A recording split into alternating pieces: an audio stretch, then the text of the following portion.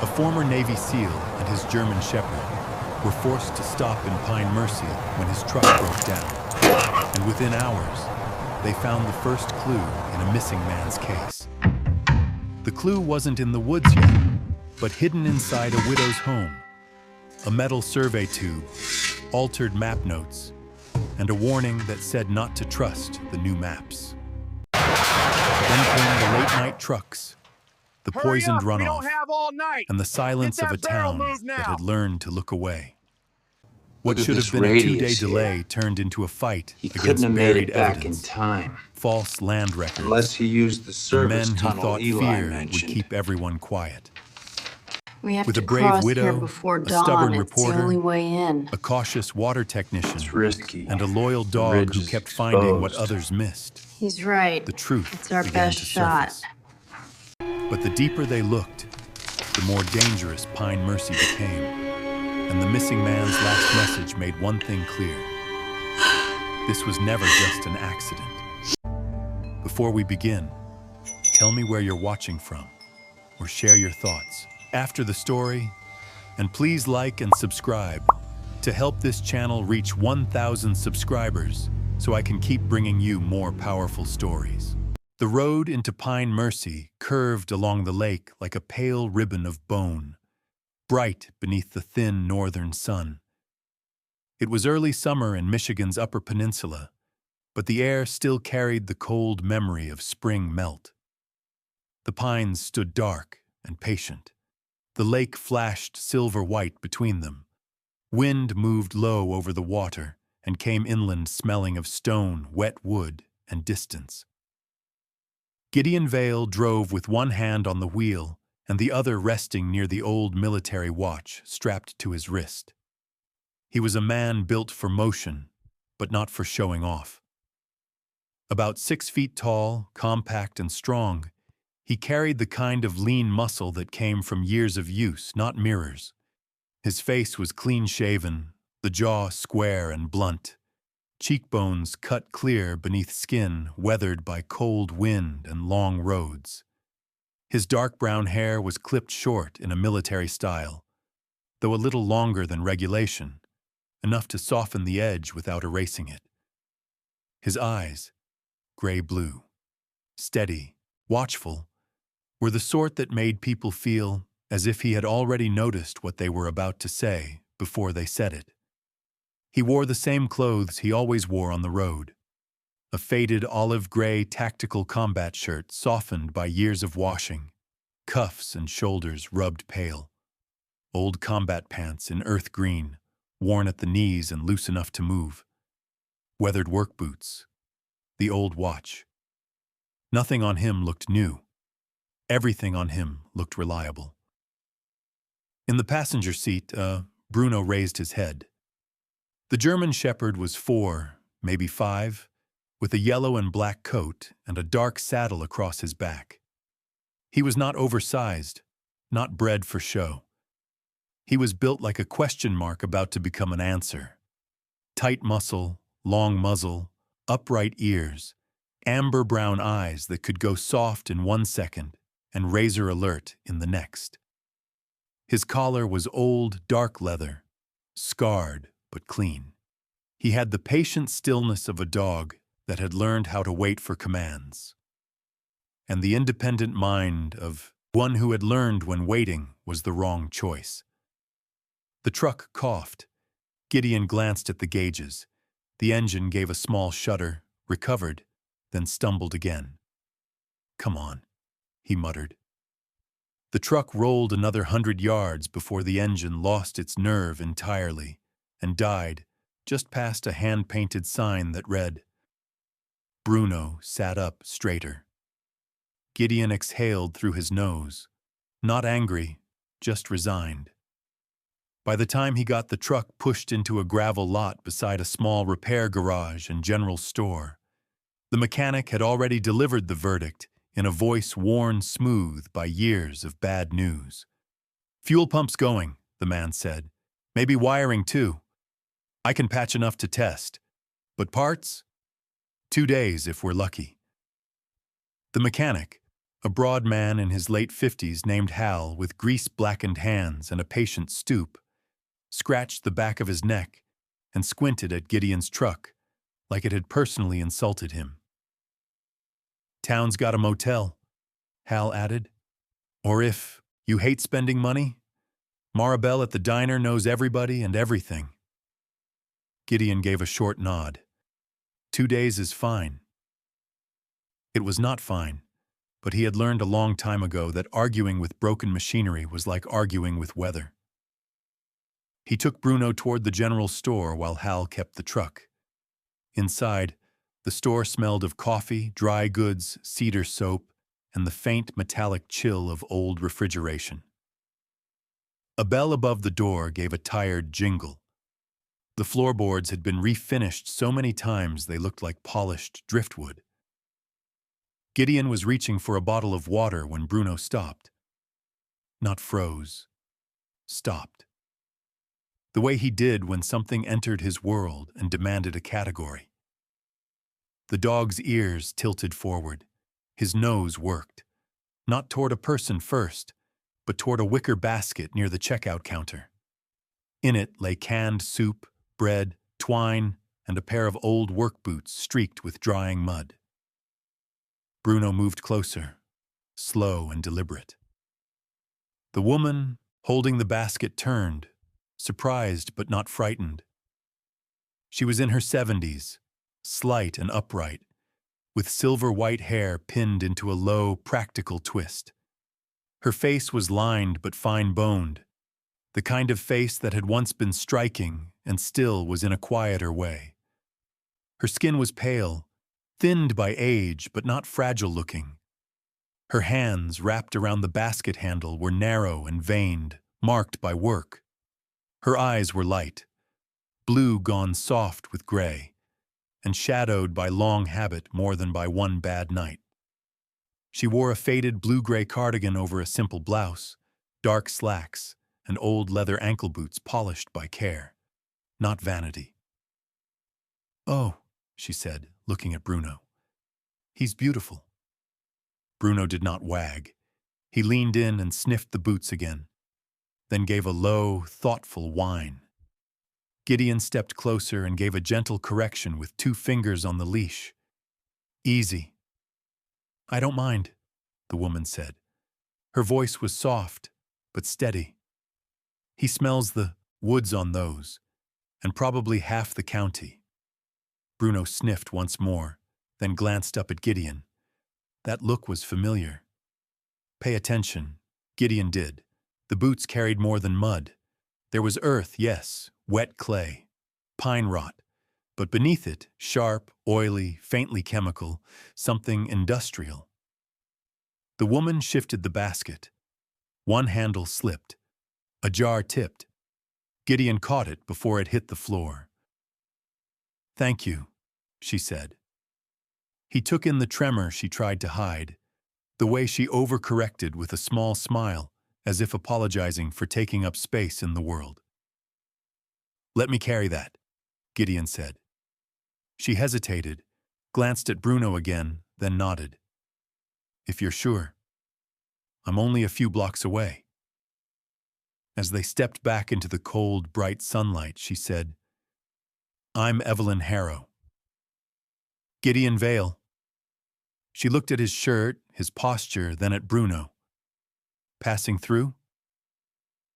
That was the plan. A flicker crossed her face, something like humor that had forgotten how to stay. Pine Mercy has a way of changing plans.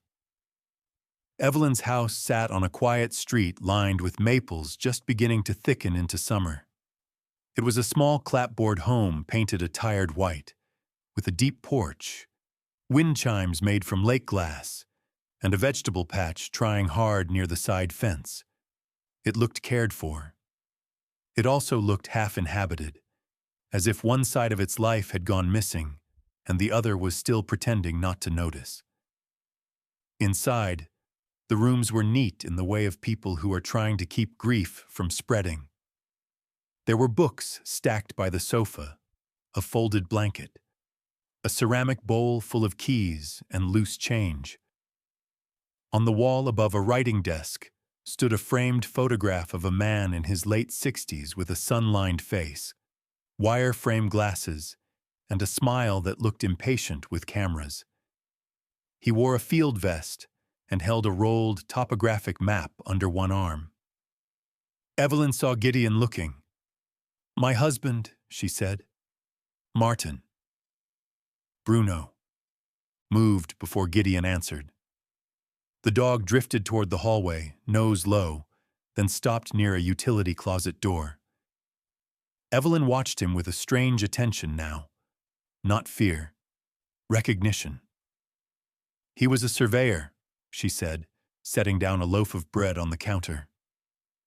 "County contracts, private land boundaries, drainage studies. He knew every creek bend and old culvert from here to the state line." She folded and unfolded a dish towel in her hands. "He went missing 11 months ago." The words arrived plain, without theatrics. That made them heavier. Gideon did not ask the useless question, "What happened?" People always asked that, as if the answer had been waiting politely in a drawer. Instead, he asked, "What did they say?" Evelyn gave a small, tired smile. That he wandered off. That perhaps he was confused. She said the word with gentle disgust. "My husband could map a floodplain from memory while making coffee." Bruno pawed once at the closet door. Gideon glanced at Evelyn. "May he?" She looked at the dog, then at the photograph of Martin, and nodded. "Go on." Gideon opened the closet. Inside hung an old rain shell, a canvas field vest, and a fluorescent safety jacket rolled tight on a hook. On the floor sat a crate with measuring stakes, a cracked hard hat, and more boots. Bruno pressed his nose to one pair immediately, the same mud-streaked boots from the store basket, and inhaled deeply. Then he sniffed the rain shell, the crate, the lower baseboard. And then he did something small that changed the room. He scratched, not wildly, but with deliberate insistence at the corner where the closet floor met the wall panel. Evelyn stopped breathing for a second. "What is it, boy?" she whispered, as if afraid of the answer. Bruno scratched again, then sat back and looked from the panel to Gideon, then to Evelyn, patient, intent, almost formal. In the stillness that followed, the old house seemed to hold its breath with them. Outside, a wind chime rang once, clear as a tiny bell in a chapel. Gideon crouched and ran his fingers along the panel edge. There, a seam, too clean for age, hidden under old paint. He looked up at Evelyn. "Did Martin ever repair this wall?" She shook her head slowly. "Not that I know of." The seam gave way with the careful pressure of a pocket knife and a flathead screwdriver borrowed from Evelyn's junk drawer. Behind the panel, recessed between studs, sat a narrow metal cylinder wrapped in oilcloth. Evelyn made a sound so soft it was almost nothing at all. Gideon set the cylinder on the kitchen table like it might bruise. It was a geological sample tube, old but sealed. Martin's name was etched on the cap in small block letters, M. Harrow. Evelyn pressed her fingertips to her mouth. Her eyes shone, but she did not cry. Not yet. She looked like a woman standing at the edge of ice, listening to it crack beneath her and deciding whether to step anyway. "Open it," she said. Inside was no miracle and no confession. Just the kind of things a practical man might trust more than words. A folded strip of waterproof paper marked with topographic notations and route lines. A few shorthand notes in dark pencil. And near a hand-drawn line marked like a creek branch in the northern section, a red dot. No names. No explanation. No dramatic final message. Gideon turned the paper in the light. studying the pressure of the pencil strokes. Whoever wrote them had been in a hurry, but not panicked. The hand stayed controlled, measured. Evelyn pulled out a chair and sat down slowly. Before he disappeared, she said, staring at the red dot, "Martin told me something, and I thought—" She swallowed. "I thought he was just tired, angry. He'd been arguing with people at the township office over revised maps and drainage designations. He said—" She looked up at Gideon, and her voice changed. It carried the exact shape of memory. "If anything happens, don't trust the new maps." Gideon let the silence settle. Bruno rested his chin on Evelyn's knee just for a second. The old woman's hand drifted down to his head by instinct, fingers trembling as they found the warm fur between his ears. "He wasn't a man who played games," she whispered. "If he hid this, he wanted someone to find it, or he wanted someone to know he was trying to leave a trail." Gideon's gaze moved over the notes again. The red dot, the culvert reference, spill, root line. Not proof, not yet, but not the debris of a man who had simply walked away from his life. He folded the paper back carefully and slid it into the tube. "I can't tell you what this means," he said, voice level, "but I can tell you what it isn't." Evelyn looked at him. "It isn't nothing." For the first time since he had entered the house, something like strength, not borrowed politeness, not survival, habit, but real strength, rose in her expression. Old, worn, and still alive. "Would you have tea?" she asked, as if deciding that if the world had brought a stranger and a dog to her kitchen with a buried message in the wall, she would at least meet it standing. Gideon almost smiled. "Yes, ma'am." By evening, the sky over Pine Mercy had turned pearl gray at the edges. The light stayed late here, reluctant to leave the lake. Hal the mechanic called to confirm what Gideon already knew. The truck would not be ready until at least the next afternoon, maybe longer. So Gideon took the spare room Evelyn offered only after he refused the motel twice, and only after she insisted a third time. The room was small and tidy, smelling faintly of cedar and old quilts. Bruno circled once on the braided rug, then lay down by the door, but he did not fully settle. Gideon sat on the bed and replayed the day in pieces. The boots, the smell on them. Industrial residue beneath the mud, the hidden sample tube, Martin's notes. Evelyn's face when she repeated the line about the maps. He had spent years in places where men buried worse things than paper. He knew the danger of seeing patterns where grief wanted them to be. He also knew the danger of ignoring the first wrong note because it arrived quietly. From somewhere down the hall came the sound of Evelyn moving in the kitchen, washing a cup, pausing, starting again. This house was full of pauses. When Bruno rose without a sound, Gideon looked up immediately. The dog went to the bedroom door and stood rigid, ears high. "What is it?" Bruno let out a low rumble, not alarm, not yet. Warning. Gideon opened the door and followed him down the hall, through the kitchen, and out onto the back porch. The night air bit cold against his face. Beyond the yard, beyond the dark line of maples and sheds, the land sloped toward the northern woods, where old service roads wound near the abandoned quarry and drainage cuts Martin had once mapped. At first, Gideon heard only insects and wind. Then it came. A distant engine. Heavy. Slow. Not a pickup. Something larger, truck weight. Moving at an hour when most local traffic had long since gone quiet.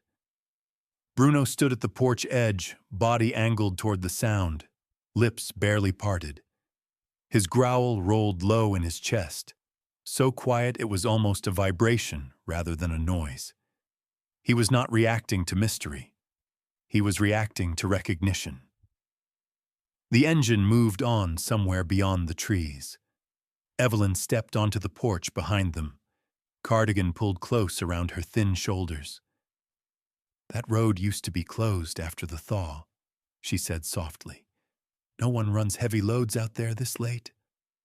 Gideon kept his eyes on the tree line.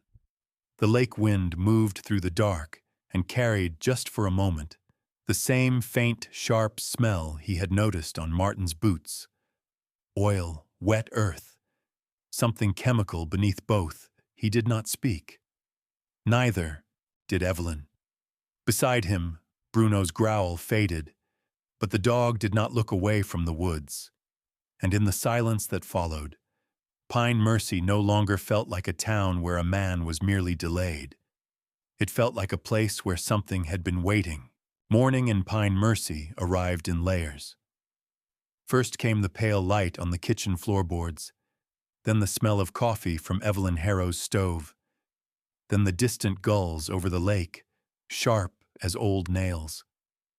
By the time Gideon Vale stepped into the kitchen, the sky had cleared to a hard northern blue, and the town looked innocent in the way small places often did when they were trying to survive their own secrets. Evelyn stood at the counter in the same quiet, orderly way she seemed to do everything. Her silver hair was pinned low, cardigan sleeves rolled just enough to keep them away from the sink. Her eyes were tired, but less hollow than the night before. Finding the hidden metal tube had not restored hope, not yet, but it had given grief a direction, and that alone changed a person. "I put the paper back in the cylinder," she said, glancing toward the table where it lay wrapped in a dish towel. "I thought that would be safer."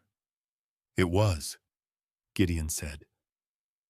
Bruno sat, near the back door, head up, watching both of them. The German shepherd had slept lightly. Every shift of the house had reached him. This morning he looked alert, ears high, yellow and black coat catching light along the shoulders like burnished grain. When Gideon clipped on the leash, Bruno leaned into the movement with controlled eagerness. Not excitement exactly, but purpose. Gideon looked at Evelyn. "I want to ask around about the markings, quietly." Evelyn nodded once. "Start at the library. June Hollis remembers everything this town pretends to forget." That line stayed with him. The Pine Mercy Public Library sat in a brick building older than the town's current optimism. Ivy climbed one side but never fully took over, as if the walls themselves refused to disappear. Inside, the air held dust, paper glue, and radiator heat even in summer. It was the kind of place where voices fell low on their own. June Hollis emerged from between two shelves carrying a stack of looked ceremonial. Her silver hair was cut right at the nape of her neck. She was a small woman in her late 60s, maybe early 70s, with a narrow frame and a posture so straight it looked ceremonial.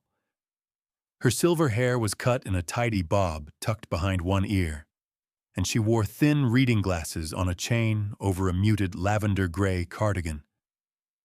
Her face was gentle, lined with the fine marks of age and long patience.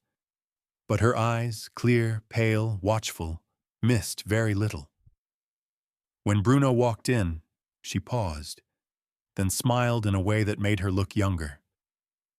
"Well," she said softly, "you didn't mention a handsome escort when you called, Evelyn." "I'm Gideon Vale," he said, offering a hand. June shifted the books to one arm and shook it. Her grip was dry and firmer than expected. "June Hollis, librarian, archivist, occasional keeper of bad town memory."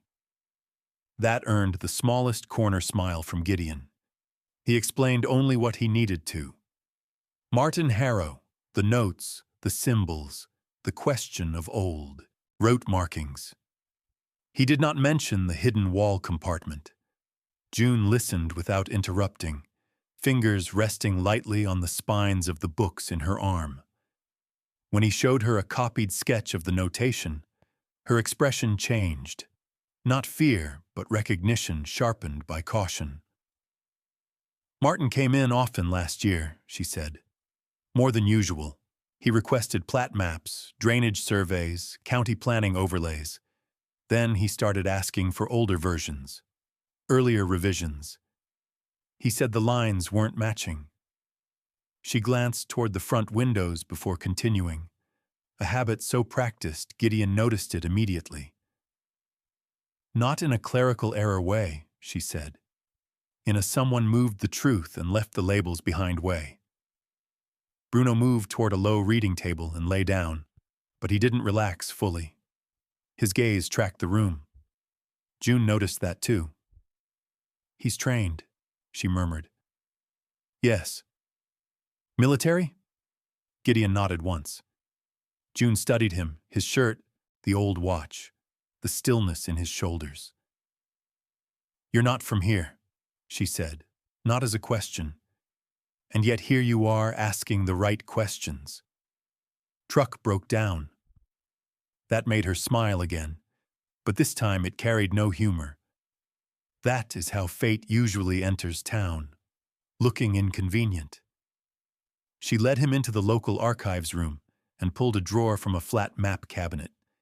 Inside were rolled topographic prints and hand-marked drainage sheets. Several had penciled tabs in Martin's tidy block handwriting. "Take notes," she said. "Don't remove anything. And if anyone asks, you're comparing shoreline erosion records for insurance." "You use that line often?" "Only when the truth needs a coat." By late morning, Gideon had enough to see what Martin had likely seen: small waterways, feeder gullies, and runoff paths that appeared clearly on older maps, but were softened, relabeled, or marked seasonal on newer municipal planning copies. It wasn't dramatic at first glance. It was the kind of alteration meant to slide past people who trusted signatures more than landscape. That, Gideon knew, was how most serious damage began. He left the library with copies of public records and a head full of bad possibilities. Maribel's Diner sat near the center of town beneath a sign that read, "Bell's Shore Diner, breakfast all day." The windows were clean, the chrome trim old but polished, and the smell reached the sidewalk before the door. Bacon, coffee, toast, and a sweetness from cinnamon rolls cooling somewhere in the back. Inside, the room was warm and noisy in the gentle way of regulars who had known each other too long to be polite. Bruno drew glances, then admiration.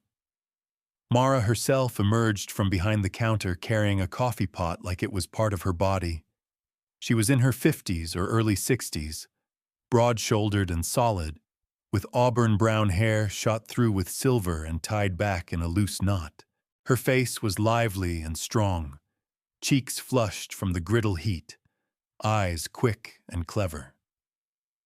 She wore a red and navy flannel shirt with sleeves rolled above the wrists, a dark denim apron dusted with flour, and the expression of a woman who could comfort you, insult you, and feed you before you decided which one you needed. "You're Hal's stranded soldier," she said before Gideon sat down. "Word travels. In this town, faster than good sense." She poured coffee into a thick mug and looked at Bruno. "And you brought a better-looking companion than most men do." Bruno sat neatly by Gideon's booth, ears alert, accepting the attention but not begging for it. Mara leaned one hand on the table. "What can I get you?" "Whatever's quick." She squinted at him. "That's not an order. That's a personality flaw. I'll fix it."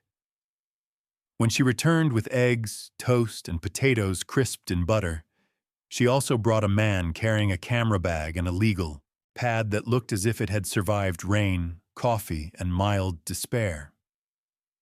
"Owen Pike," Mara said. "Pine Mercy Chronicle," which sounds more important than it is. Owen was in his early 30s, thin through the shoulders, with fair skin that burned before it tanned, and hair the color of dark honey, cut short but permanently disobedient. He wore a worn canvas jacket over a Henley shirt, jeans and boots scuffed at the toes. There was something earnest in his face, open and intelligent and a little too transparent for a town full of people who preferred hidden motives. He shifted the strap of his camera bag and gave Gideon a careful nod. "Mara said you were asking about Martin Harrow." "I asked about maps," Gideon corrected. Owen's mouth twitched. "That too." Mara set a plate down in front of a trucker at the next table and called over her shoulder, "Tell him the fish story." Owen sat. "3 months ago, I ran a short piece about dead perch in a feeder, creek north of the lake road. Not enough for a panic, but enough to ask questions. 2 days later, my biggest local advertiser pulled out. The print shop said there'd been a misunderstanding. Then someone from the town office called and suggested I focus on tourism instead." "Who called?" Gideon asked. Owen hesitated. "No name given, assistant line, friendly voice, very concerned for the town's image." Mara snorted. "That means Calvin." Gideon looked up. "Mayor Calvin Roan," Mara said, refilling coffee at another table. "He smiles like a church fundraiser and speaks like he's handing out blankets while he's selling your roof." Owen lowered his voice. "People near the North Shore have been complaining about their well water smelling wrong after nights when heavy trucks run past old service roads. Metallic, some say. Others say chemical. But nobody wants to go on record unless they're moving away." Gideon took that in and asked, "Where? Would someone get water tested without town offices touching it?" Owen blinked, then nodded toward the window. "County Utility Annex, edge of town. Ask for Tessa Lynn if she's on shift. Don't ask for favors. Ask dumb questions and listen." That sounded like advice earned the hard way. Before Gideon left, Mara came around the counter and crouched just enough to offer Bruno a plain strip of bacon. She waited for Gideon's nod before giving it. "Good manners," she said, watching the dog take it gently. "That'll take him farther than half the men in this town."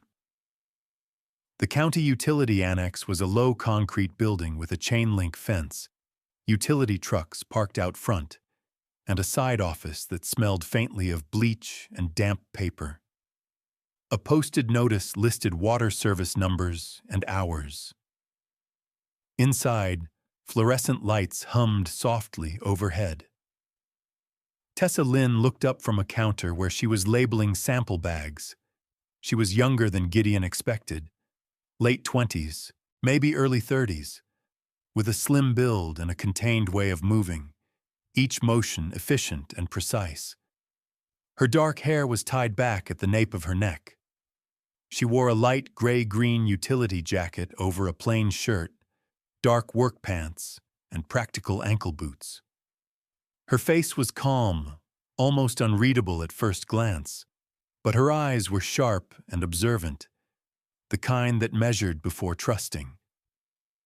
She looked like someone who had learned to survive workplaces where being correct and being safe were not always the same thing. Bruno sat just inside the doorway, watching. "Can I help you?" Tessa asked. Gideon held up an empty sample jar Evelyn had given him. "I'm trying to understand what people mean when they say, well, water smells off. I'm not filing anything, just asking what that could mean."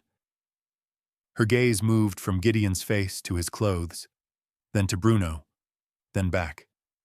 "Depends what off means. Metallic, chemical, comes and goes." Tessa's mouth tightened almost invisibly. She set the labeler down. "That can mean a lot of things," she said. "Pipe corrosion, seasonal turnover, surface contamination after runoff, agricultural leakage." She paused. "Or something less normal." Gideon said nothing, Silence was often a better question. Tessa leaned one hip against the counter and lowered her voice. If it comes in spikes, and those spikes follow a pattern, that matters more than what people call the smell. Does it? Her eyes flicked toward the hallway. I didn't say that. At that moment, Bruno rose, crossed the room without tension, and stopped beside a stack of sealed sample coolers near the back wall. He did not bark. He simply stared at one cooler, nose working, then looked at Tessa. The woman went still. For a second, her guarded expression cracked, not with fear, but with the exhausted recognition of someone who had been holding a truth alone too long, and suddenly realized she might not be the only one who could smell it. She walked over, rested a hand on the cooler lid, and did not open it. This one came in from a private property near the north side 2 weeks ago, she said quietly. It was labeled as routine. The numbers were strange enough that I re-ran it myself. Gideon waited. Tessa met his gaze at last. I'm not giving you internal data. I'm not losing my job based on a conversation with a stranger and a very perceptive dog. Her jaw tightened. But there have been irregular fluctuations, repeating ones. That's all I'll say. That's enough, Gideon said. She searched his face as if deciding whether he meant it. Whatever she saw there seemed to ease something in her shoulders. Then ask the right questions at the town meeting tonight, she said, and watch who answers too smoothly. By late afternoon, Gideon was back at Evelyn's kitchen table with map copies spread out beside Martin's note. Evelyn sat across from him with her reading glasses low on her nose, following lines with a pencil tip. Bruno lay under the table, occasionally lifting his head when voices passed outside. The old house felt less like a museum today and more like a working room. Gideon set an older drainage map beside a newer planning overlay from the library. Here, he said, tapping a narrow feeder line. And here. Same path in the older print. In the newer version, it's marked seasonal. Evelyn frowned. It wasn't seasonal. Martin used to complain about that culvert backing up every spring. If they changed the designation, they changed liability, Gideon said. The words landed heavier than he intended. Evelyn looked at him sharply, then at the red dot on Martin's note. He knew, she whispered. Or he suspected. Maybe. She folded her hands to stop them shaking. I keep thinking if I had taken him more seriously. Gideon interrupted gently. People who hide things in walls don't usually explain them clearly to the people they love. Not if they think explaining puts them in danger. Evelyn stared at him. There was no pity in his tone, and perhaps that was why she accepted it. What happened to you? She asked quietly. He looked at the maps for a moment before answering. Enough to learn that hesitation can look like kindness when you're afraid of consequences. Evelyn nodded, as if she understood more than he had said. The town meeting was held in a multi-purpose hall attached to the municipal building, a space with folding chairs, a low stage, and a flag in one corner. People came in clusters and sat in familiar patterns, leaving empty seats between households like invisible fences. Gideon stayed near the back with Bruno beside him. Evelyn came too, cardigan buttoned high despite the warmth, chin lifted. Mara sat on one side of her. Owen stood near the wall with a camera, but kept it down for now. Then Calvin Rohn took the floor. The mayor was in his late 50s, well kept, with silver at his temples and the polished ease of a man who practiced sincerity in mirrors. He wore a dark sport coat, light shirt, and a smile calibrated for concern. He spoke with open hands and steady cadence, the voice of someone used to calming rooms before anyone named the fire. He talked about progress, jobs, shoreline investment, responsible development, environmental compliance. He praised citizen vigilance while gently dismissing rumors that could harm local businesses. When a man near the front asked about truck traffic at night, Calvin nodded sympathetically and said transportation schedules were complex during seasonal transition. When an older woman mentioned a smell in her well water, he promised continued monitoring. Everything he said was reasonable. That was what made it dangerous. Bruno's ears pricked before the sound reached most of the room. A heavy vehicle passed. Outside on the road, engine pitch low and loaded. Through the open side door came a ribbon of air, and Bruno rose at once, body stiffening, his nose lifted. A rough growl trembled in his chest. Heads turned. Gideon put a hand lightly at the dog's shoulder. "Down." Bruno obeyed, but his eyes stayed fixed toward the door. Calvin paused mid-sentence just long enough for Gideon to see the flicker. Irritation first, then calculation, then the smile again. "Looks like even our visitors are protective of Pine Mercy," the mayor said, drawing a few uneasy laughs. Gideon said nothing. He had not come to this room to challenge a man who knew how to win in public. Not yet. But he watched who looked at the mayor before asking questions. He watched who stopped speaking halfway through a sentence. He watched Tessa near the side wall, arms folded tight, face unreadable, eyes on the floor until Calvin said the word compliance. Then she looked up sharply, as if the word itself had offended her. By the time the meeting ended, nothing had been solved. And yet Gideon left with more than he arrived with. Names, reactions, silences, and the shape of pressure in the room. Sometimes that was the first real evidence. Night settled colder than expected. Evelyn insisted on making soup. Gideon checked the locks without comment and set the copied maps back in order. Bruno paced once through the hallway, then curled near the kitchen threshold, not sleeping, only pretending for Evelyn's sake. The house was quiet by 10. At some point after midnight, Gideon woke to a change too subtle to be called sound. Bruno was already on his feet. No bark, no scramble, just a hard stillness. Gideon slipped from the bed, hand instinctively reaching for the flashlight he had set on the dresser. The hallway was dark except for a slice of moonlight across the floor. He heard the faintest click from the back of the house. Metal touching metal, then silence.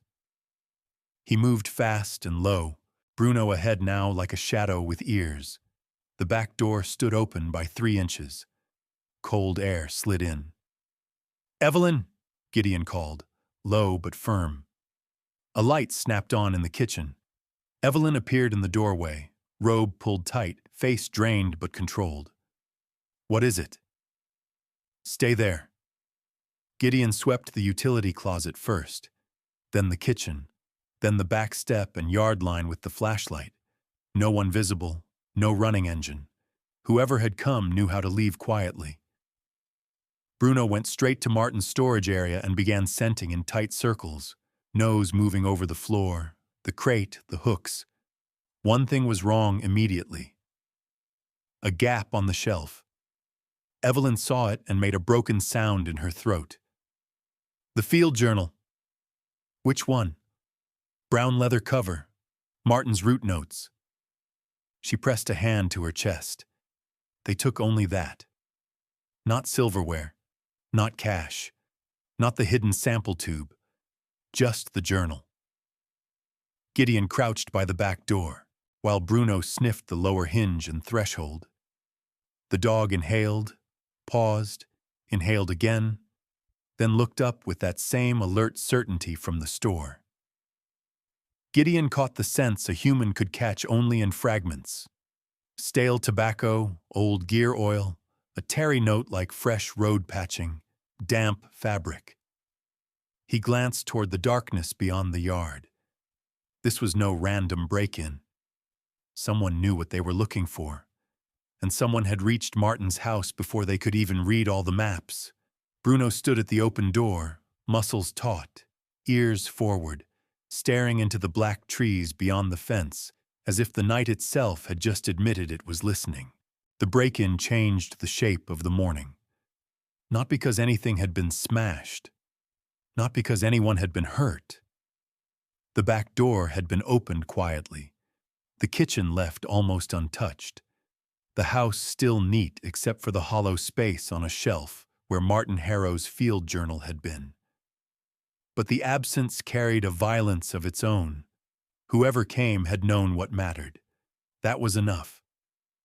Evelyn Harrow stood at the kitchen sink long after sunrise with her hands braced against the edge, staring through the window above the faucet as if she might catch the night retracing its steps. Her cardigan hung loose on her shoulders. Her silver hair, usually pinned so neatly, had come loose at the temples. She looked smaller than the day before, but not weaker. There was a new steadiness in her face now, the kind that comes when fear finally stops pretending it can protect you.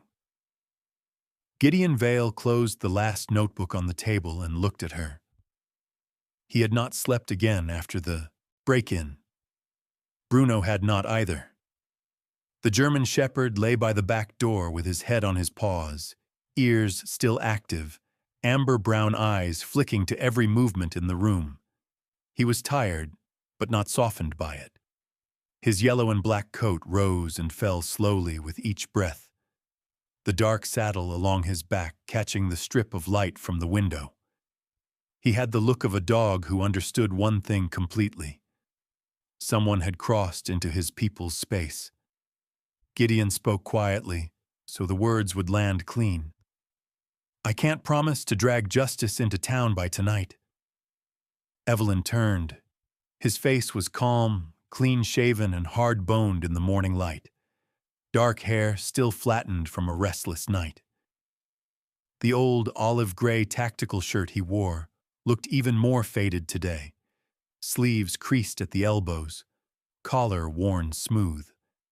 The gray-blue in his eyes was colder than usual, not angry, focused. "But I can promise this," he said. "I won't let them erase what your husband left behind." Evelyn held his gaze a long moment. Then she nodded once, as if signing something invisible. "Then you need Eli Mercer," she said. "If Martin marked a route in those woods, Eli will know what kind of route it was." Mara Bell made the introduction at her diner before noon. Eli Mercer arrived 5 minutes late and looked exactly like a man who believed punctuality was for people with office chairs. He was in his 70s, thin in the shoulders but wiry through the arms and back, with the dry, rope-like strength of someone who had spent a lifetime outdoors. His face was narrow and sun-cut, skin weathered to leather by wind and cold and reflected glare off water. A white-gray stubble covered his jaw, not styled, just practical neglect. And his eyes were a pale, washed-out blue that seemed permanently narrowed against distance. He wore an old green field jacket over a flannel shirt, canvas work pants, and trail boots caked in last week's mud. He didn't sit first. He stood at the booth, looking at Gideon, then Bruno, then the folded photocopy of Martin's markings on the table. "You the stranded seal?" Eli asked. "So I've been told." Eli grunted, not approving, not disapproving. He smelled faintly of pine smoke and old gasoline. Mara set down a mug in front of him with a little extra force. "You can start by not being rude to the man who's doing what this town should have done months ago." Eli took the mug without looking at her. "I'm not rude. I'm cautious. Kept me alive when the county started selling off timber lines and calling it conservation." That was the first clue to his shape as a person. Not mean, just scarred in the places where trust used to be. Gideon slid the copied notation across the table. Eli glanced at it, and for the first time his expression changed. "Martin's hand," he said. "And that marker style." He tapped one symbol with a blunt fingertip. "He used this when a path on paper didn't match what was under your boots. Means check actual runoff, not survey revision." Mara folded her arms. So, Eli said, finally sitting. If he marked East Culvert and a spill line, he wasn't taking a scenic walk. He looked up at Gideon now with something closer to respect. "You planning to go out there?" "Yes." "Good." Eli sipped his coffee. "Because whoever took that journal last night sure as hell thinks there's something worth finding." Mara's eyes flicked to Gideon, then Bruno. "Take food with you. Men trying to save truth always forget lunch." Back at Evelyn's house, Gideon prepared the track the only way he trusted, deliberately. He laid out Martin's mud-stained boots, the old rain jacket, and a coiled measuring line from the closet on a clean tarp near the back porch. Bruno came forward at once, posture sharpening. Gideon let him work slowly, no commands beyond a quiet, "Easy, find." Bruno sniffed each item in turn, taking in not just one scent, but layers. The old human smell worked deep into fabric, wet soil, oil from tools, pine rot, the faint mineral edge of creek mud. He moved from boot to jacket, back to the measuring line, then lifted his head and tested the air. Evelyn watched from the porch steps with both hands wrapped around her mug. "He used to do that before Martin came home," she whispered. "The farm dog we had years ago. He'd go to the porch and listen before the truck was even at the road." Gideon nodded, eyes on Bruno. "Dogs build memory differently than we do, through smell, pattern, direction, repetition." Eli adjusted his cap and shouldered a small day pack. "And woods keep scent in pockets depending on the wind. If Martin walked a route often enough, this dog might catch pieces of it where we'd see nothing." Evelyn looked toward the tree line north of town. "I'll come part way." Gideon hesitated. He didn't love the idea of bringing her into uncertain ground after a break-in, but saying no would be about his fear, not her choice. "All right," he said. "Part way." The trail toward Old Mercy Pit began as a logging cut and narrowed into a rough path veined with roots and stones. The day had warmed, but the shade under the pines still held a damp chill. Meltwater ran in narrow channels beneath ferns.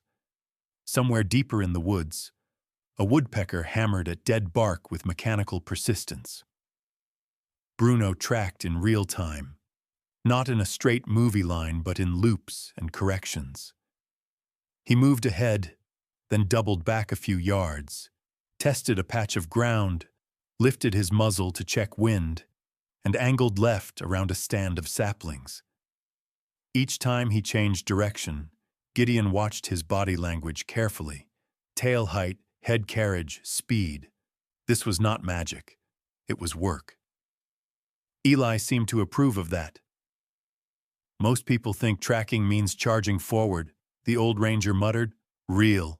Tracking looks like doubt, until it doesn't."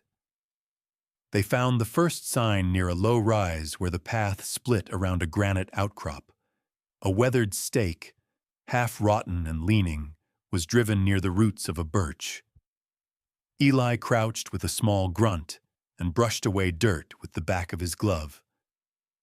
Carved into the wood, faint but clear enough, were 2 letters. Evelyn pressed a hand to her mouth. "Martin marked temporary reference points when he worked alone," she said softly. "He'd carve initials if he needed to come back." Gideon photographed it, then the surrounding area. Bruno circled the outcrop and stopped at a flat stone streaked with old orange paint. The mark was faded, but the shape matched one of Martin's symbols from the sample tube note, a directional slash paired with a dot. Eli stood over it, jaw tightening beneath the white-gray stubble. That's no county paint code. That's Martin's private shorthand. He looked up through the trees, toward the old quarry ridge, expression hardening. Somebody made him work around official maps because he stopped trusting them.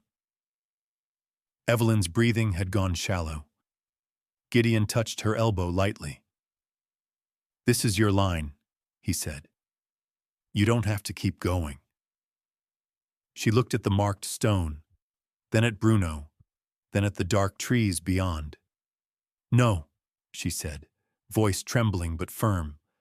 "I've gone as far as I can. If I see more today, I won't sleep again for a week." That was honest. Gideon respected it more than stubbornness. Eli walked her back to the trail junction, while Gideon waited with Bruno near the outcrop. When the old ranger returned alone, his face was unreadable.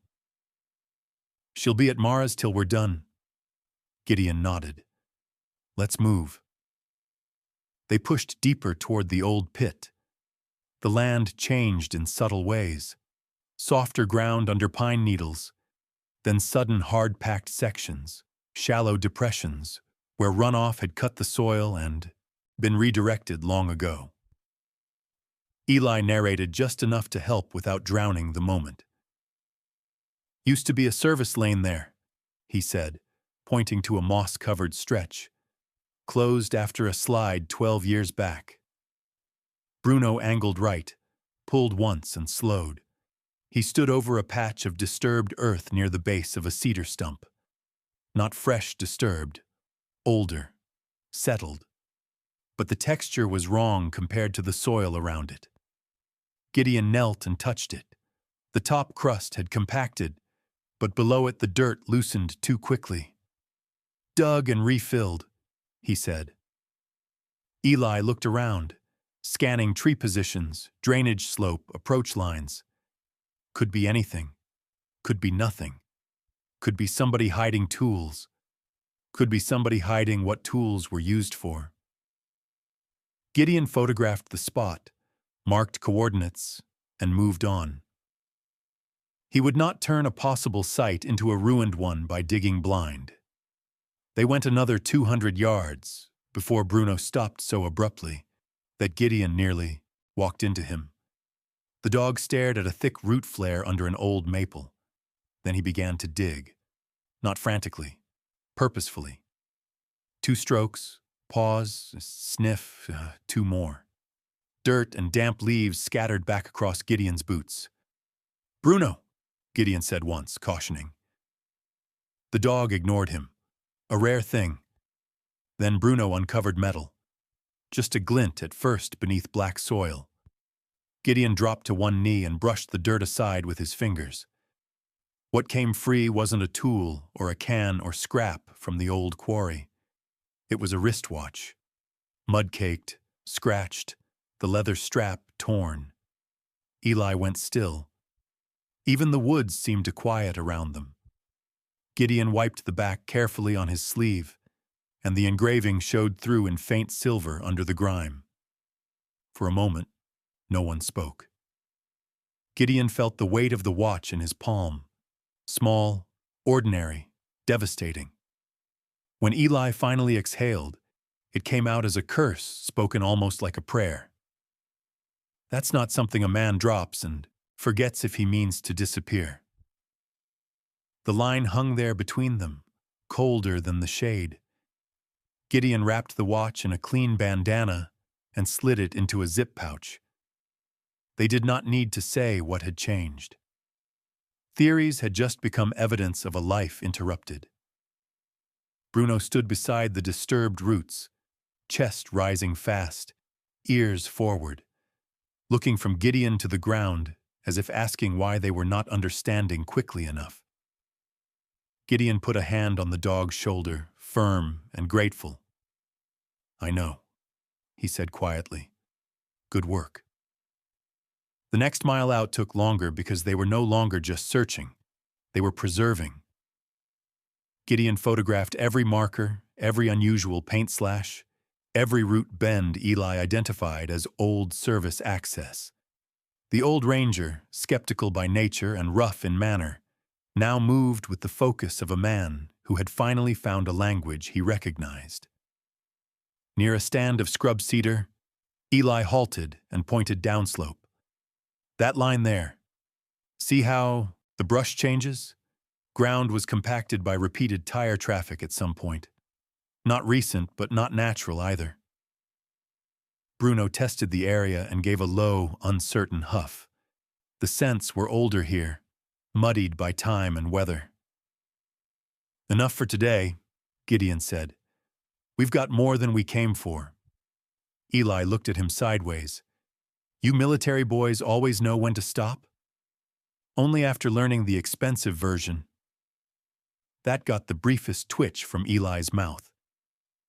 They hit the road at dusk where the tree line opened onto a narrow gravel stretch used by utility crews and hunters. Gideon had just unclipped Bruno's longer trail lead and switched to the short leash when he heard the engine. A pickup came from the south too fast for loose gravel. No plates. The truck was an older model, dark paint dulled by road dust. It didn't slow until it was close enough that Gideon saw the driver's arm on the wheel and the glint of mirrored sunglasses in shadow. Then it veered just enough to force them toward the ditch without actually making contact. Bruno lunged once, barking sharp and explosive. Gideon planted his stance and held him. Eli stumbled back a step, cursing. The truck idled a few yards ahead. The driver never got out, never rolled the window down, just sat there for 3 beats too long, engine rumbling, the message plain as a shouted threat. Then the pickup reversed in a spray of gravel, turned hard, and roared back the way it came. Gideon had his phone up before the taillights vanished. He caught 2 photos. Rear quarter panel, right side door.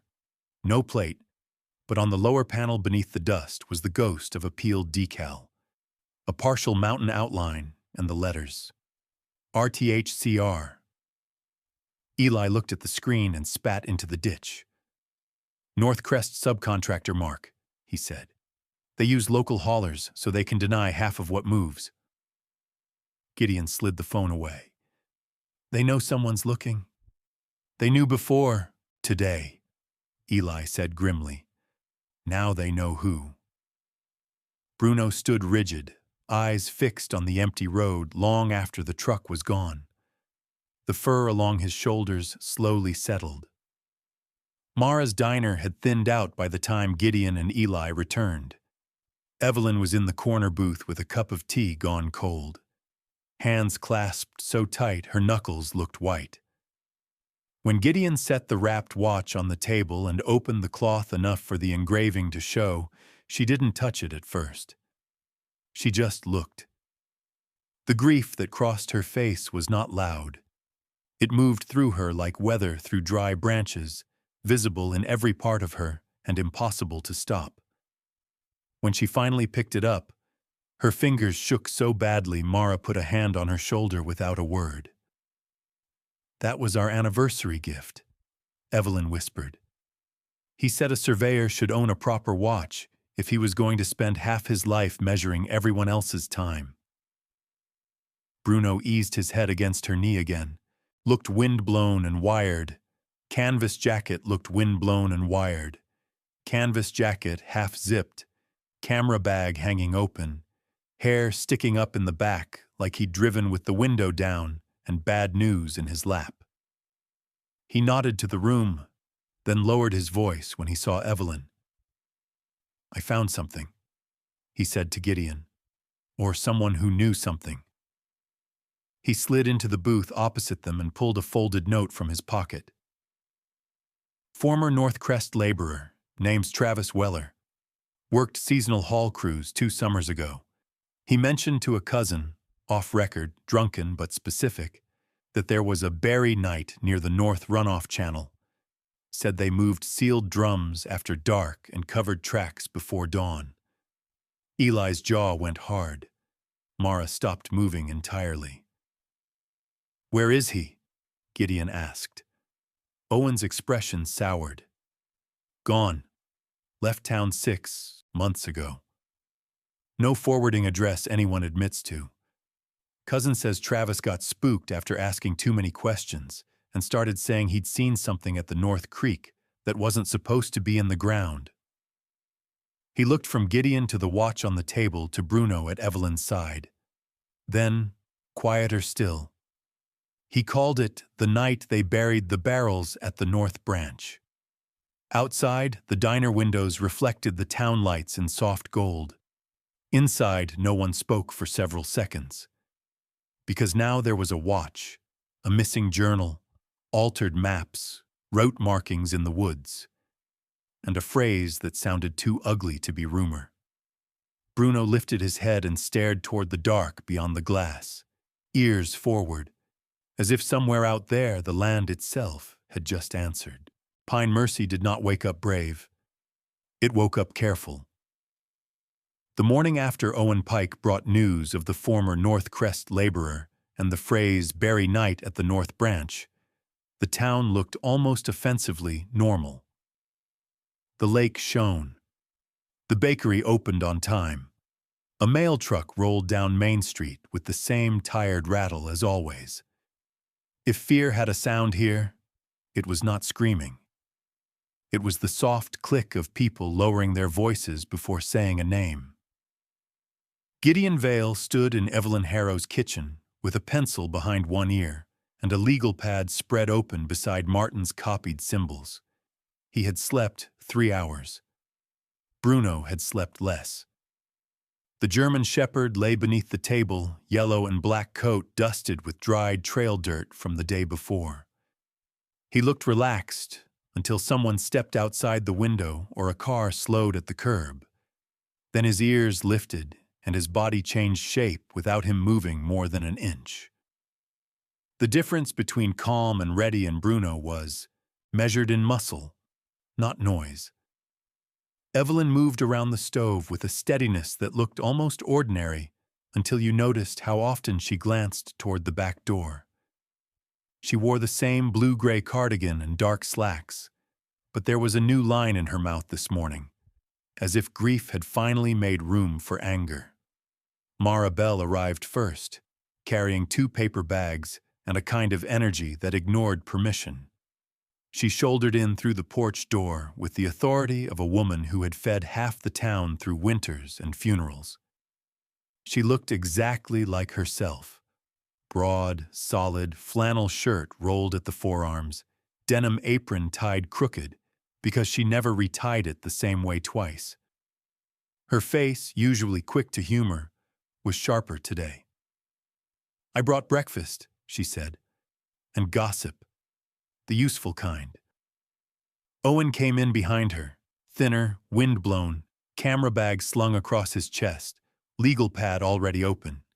He had dark circles under his eyes and the stubborn alertness of a man running on caffeine and indignation. Eli Mercer arrived last, smelling of damp canvas and old tobacco, field jacket zipped halfway, jaw rough with gray-white stubble. He nodded once to Gideon, once to Evelyn, and ignored everyone else until coffee appeared in front of him. That was how the room became a team before anyone said the word. Gideon looked around the table at them. An old ranger, a diner owner, a local reporter, a widow, a former soldier, and a dog with better instincts than most officials. "We stop improvising," he said. "We divide work." No one argued. Owen took notes while Gideon spoke and added details in his quick, slanted handwriting. Mara stood behind Evelyn's chair with a hand resting lightly on the back, listening harder than she looked. Eli drank coffee and watched Gideon as if measuring whether the younger man was worth following into trouble. "Eli," Gideon said, tapping the copied map. "You help me narrow runoff routes and any old service lines near the North Branch." Eli grunted. And tunnels, old quarry drains, culverts, anything pre-regulation. Owen, you pull archived photos, old reporting, land transfer records if you can get them. Already started, Owen said. The Chronicle basement is a museum of mold and negligence. Perfect place to find something important. Mara, Gideon said, you hear what people won't say in public. Mara folded her arms. Truckers talk when pie is hot, especially when they think nobody respectable is listening. Evelyn looked up at that. And me? Gideon met her gaze carefully. You stay visible. You don't isolate. If anyone comes near the house, I want to know. Something flickered in Evelyn's eyes. Resentment at being told to stay back, then acceptance. She knew the difference between caution and dismissal. Bruno lifted his head and looked at Gideon, then at the door, as if checking whether this meeting included his assignment too. It includes you, Gideon murmured. The dog thumped his tail once against the floorboards. By noon, Gideon and Owen drove to the county utility annex to see Tessa Lynn. Tessa met them in the side office, shoulders tight the moment she saw Owen's camera bag. Today she wore the same gray-green utility jacket zipped higher, dark hair tied lower, face pale from fluorescent lighting and stress more than lack of sun. She was not a person built for dramatic gestures. Everything about her was measured. Posture, tone, the way she rested 2 fingers on the counter before speaking, as if bracing against saying too much.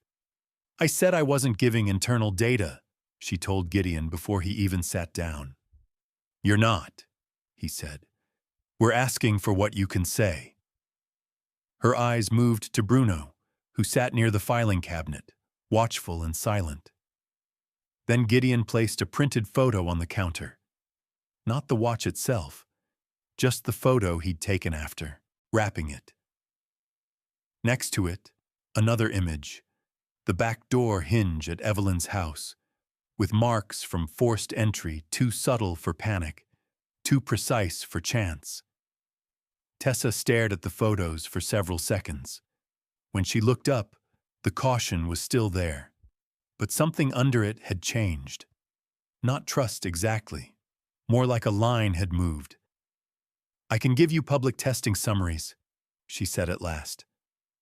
And I keep my own notebook, she swallowed. Personal notes, dates, odor complaints, reruns I did off the clock when numbers looked wrong. Owen's pen paused mid-word. Why keep a separate notebook? Tessa gave a humorless smile. Because spreadsheets get corrected. Memory gets tired. Paper in my own bag stays where I left it. Gideon didn't rush her. She pulled a small spiral notebook from her satchel. The cover was bent, pages edged with use. Her handwriting inside was tight and precise. Each entry dated, times noted, short observations in shorthand. None of this is certified evidence, she said quickly. It's just my notes. It's pattern, Gideon said. Pattern matters. Tessa nodded once, grateful he understood the distinction. She showed them several entries, late-night odor reports from North Shore homes followed by elevated conductivity readings the next morning.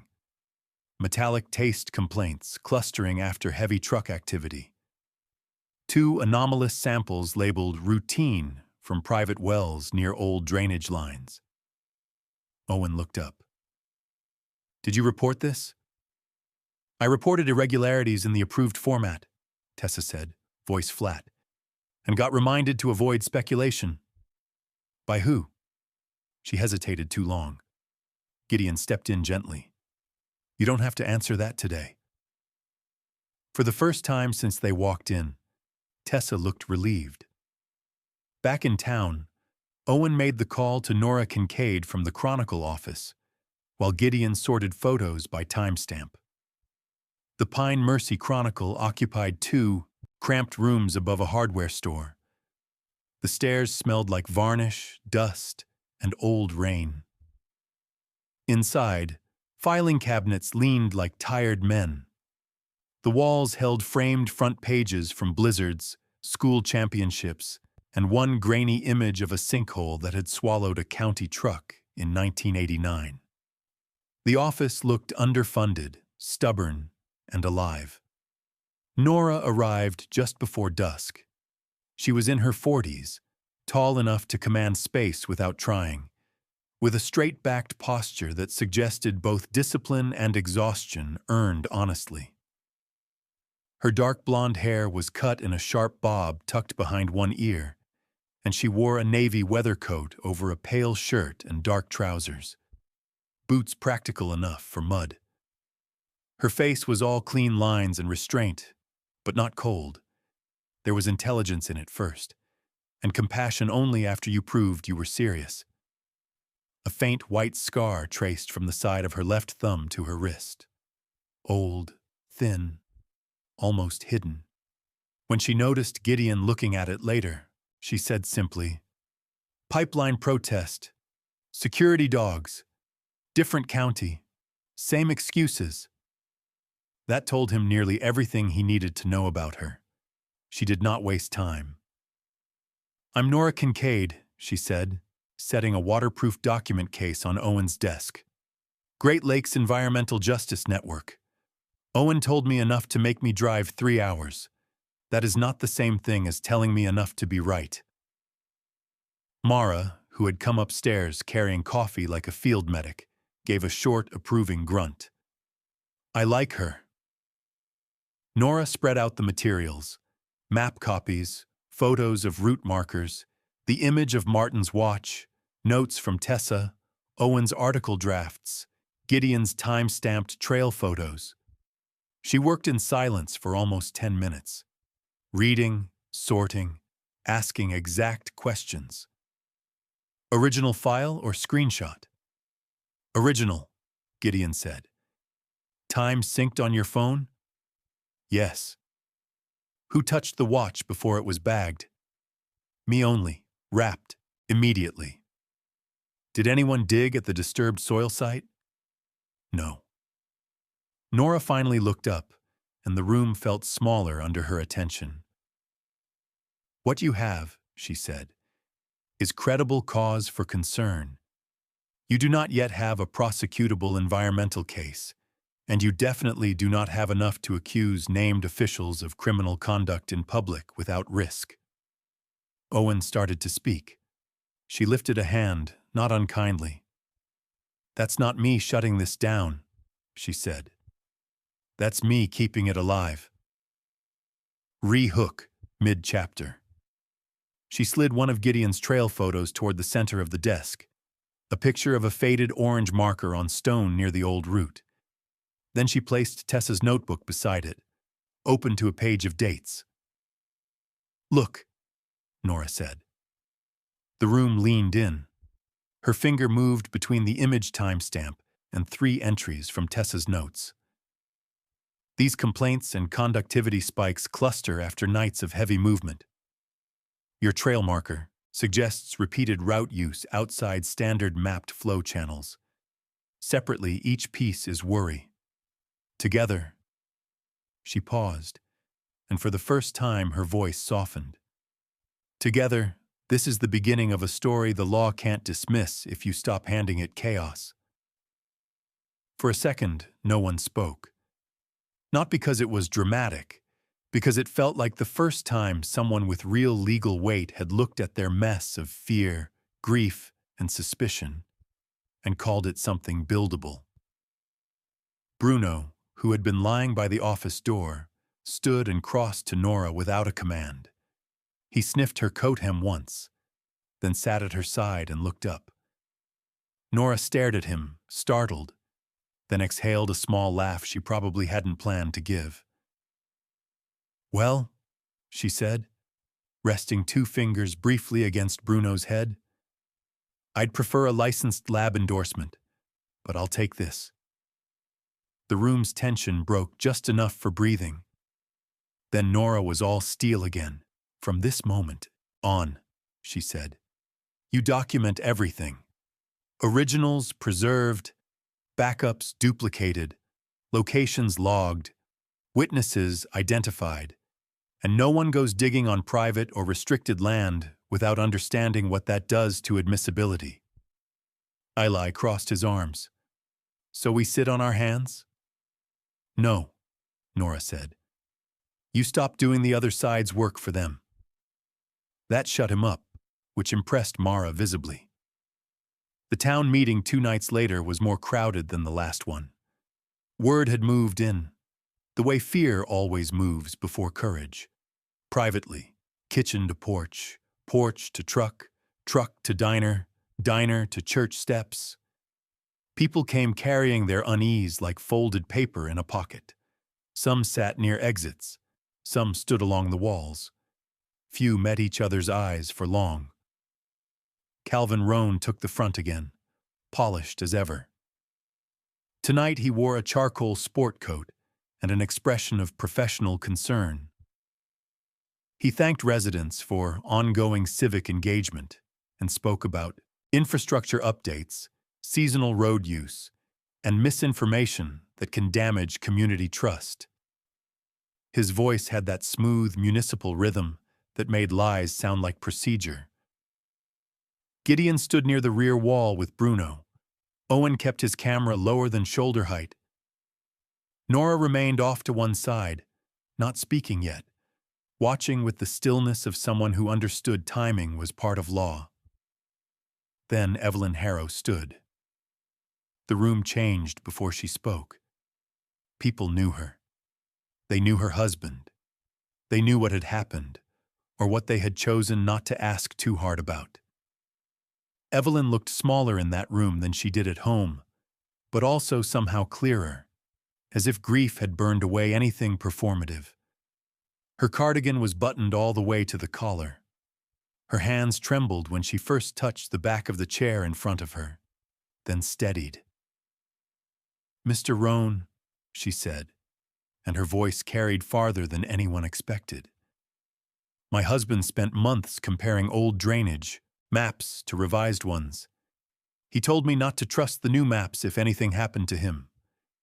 Do you deny those revisions changed runoff designations near the North Branch? There was a stir, not loud, sharp. Calvin's smile did not vanish. It thinned. Mrs. Harrow, he said gently, I'm deeply sorry for your loss and for the uncertainty your family has endured.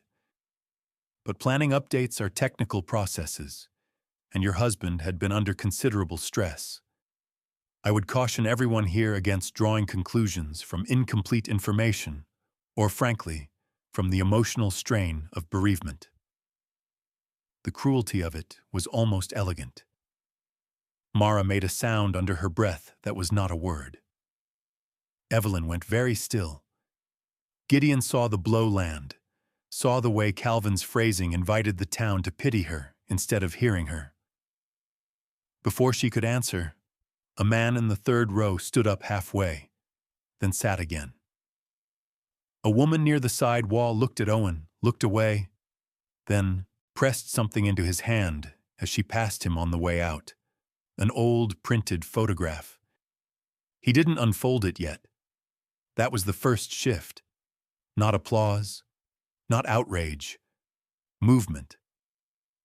A few minutes later, an older landowner Gideon recognized from Mara's diner, Mr. Pritchard, shoulders bent from years of fence work, caught Eli outside by the steps and muttered, I got papers you should look at.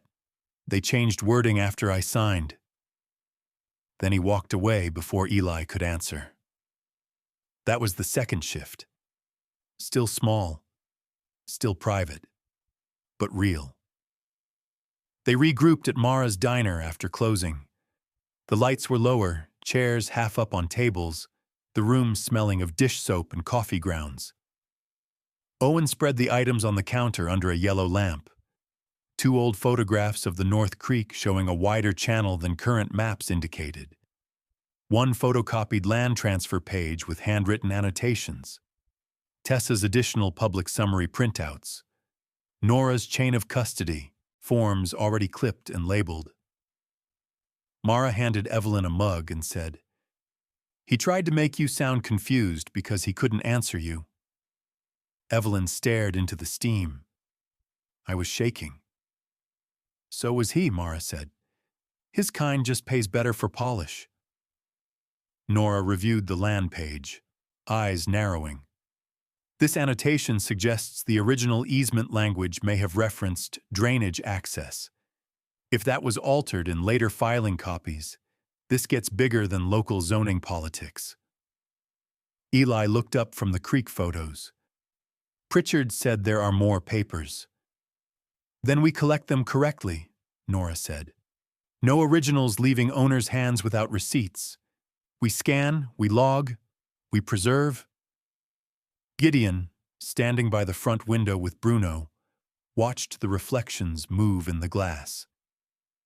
He had been in enough unstable places to recognize the moment just before retaliation.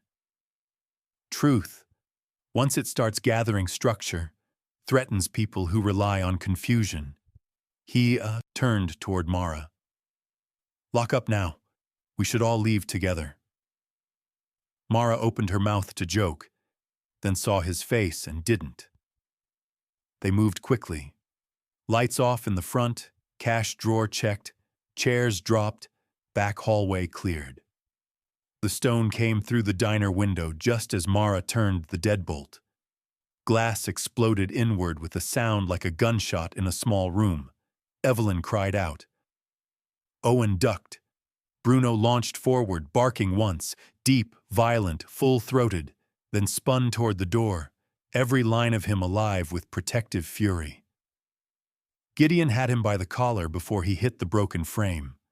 "Stay." Bruno trembled but held, teeth bared, eyes fixed on the street. A second later they heard tires on wet pavement. Fast, already leaving. Mara stood frozen for one stunned heartbeat, then swore with spectacular clarity and grabbed the broom before anyone could stop her. Taped around the stone was a strip of paper sealed in plastic against the glass fragments. Gideon crouched, peeled it free, and read under the counterlight. "Stop digging or drink what's coming. No signature, no need." For a long moment the diner was silent except for Bruno's breathing and the soft fall of glass from the frame. Then a voice came from the doorway. "Don't sweep it alone."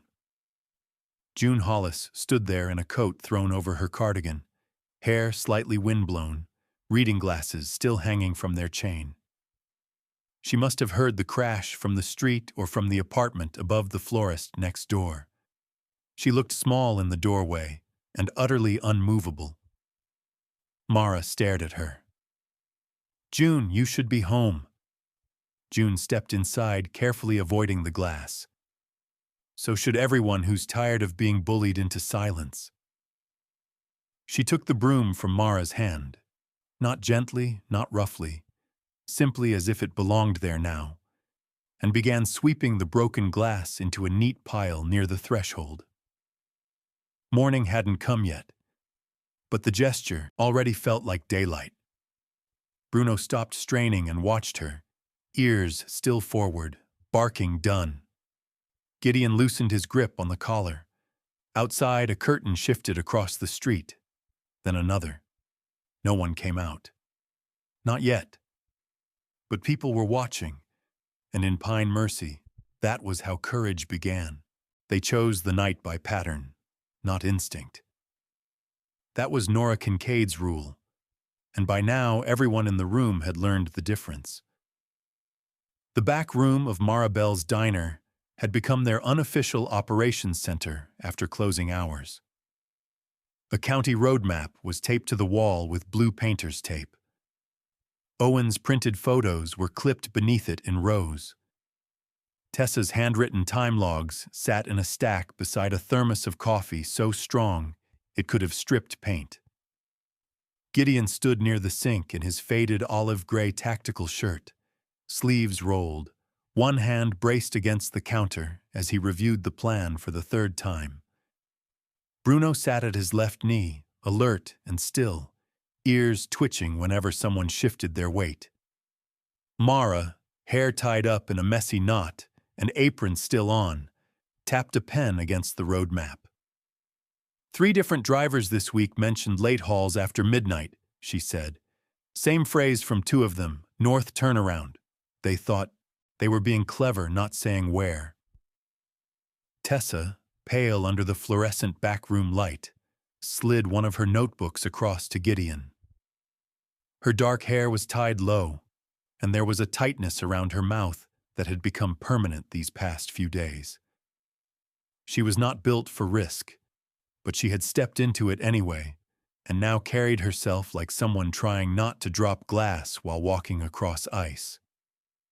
These are the nights with odor complaints, plus conductivity spikes the next morning, she said.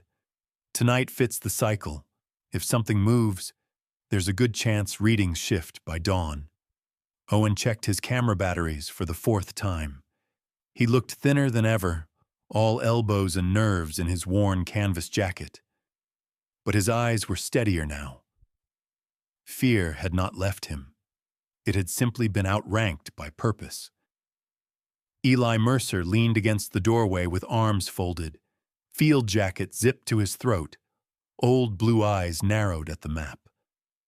His weathered face looked carved, from bark and skepticism. If they're using old runoff lanes, they'll keep to hard ground where they can.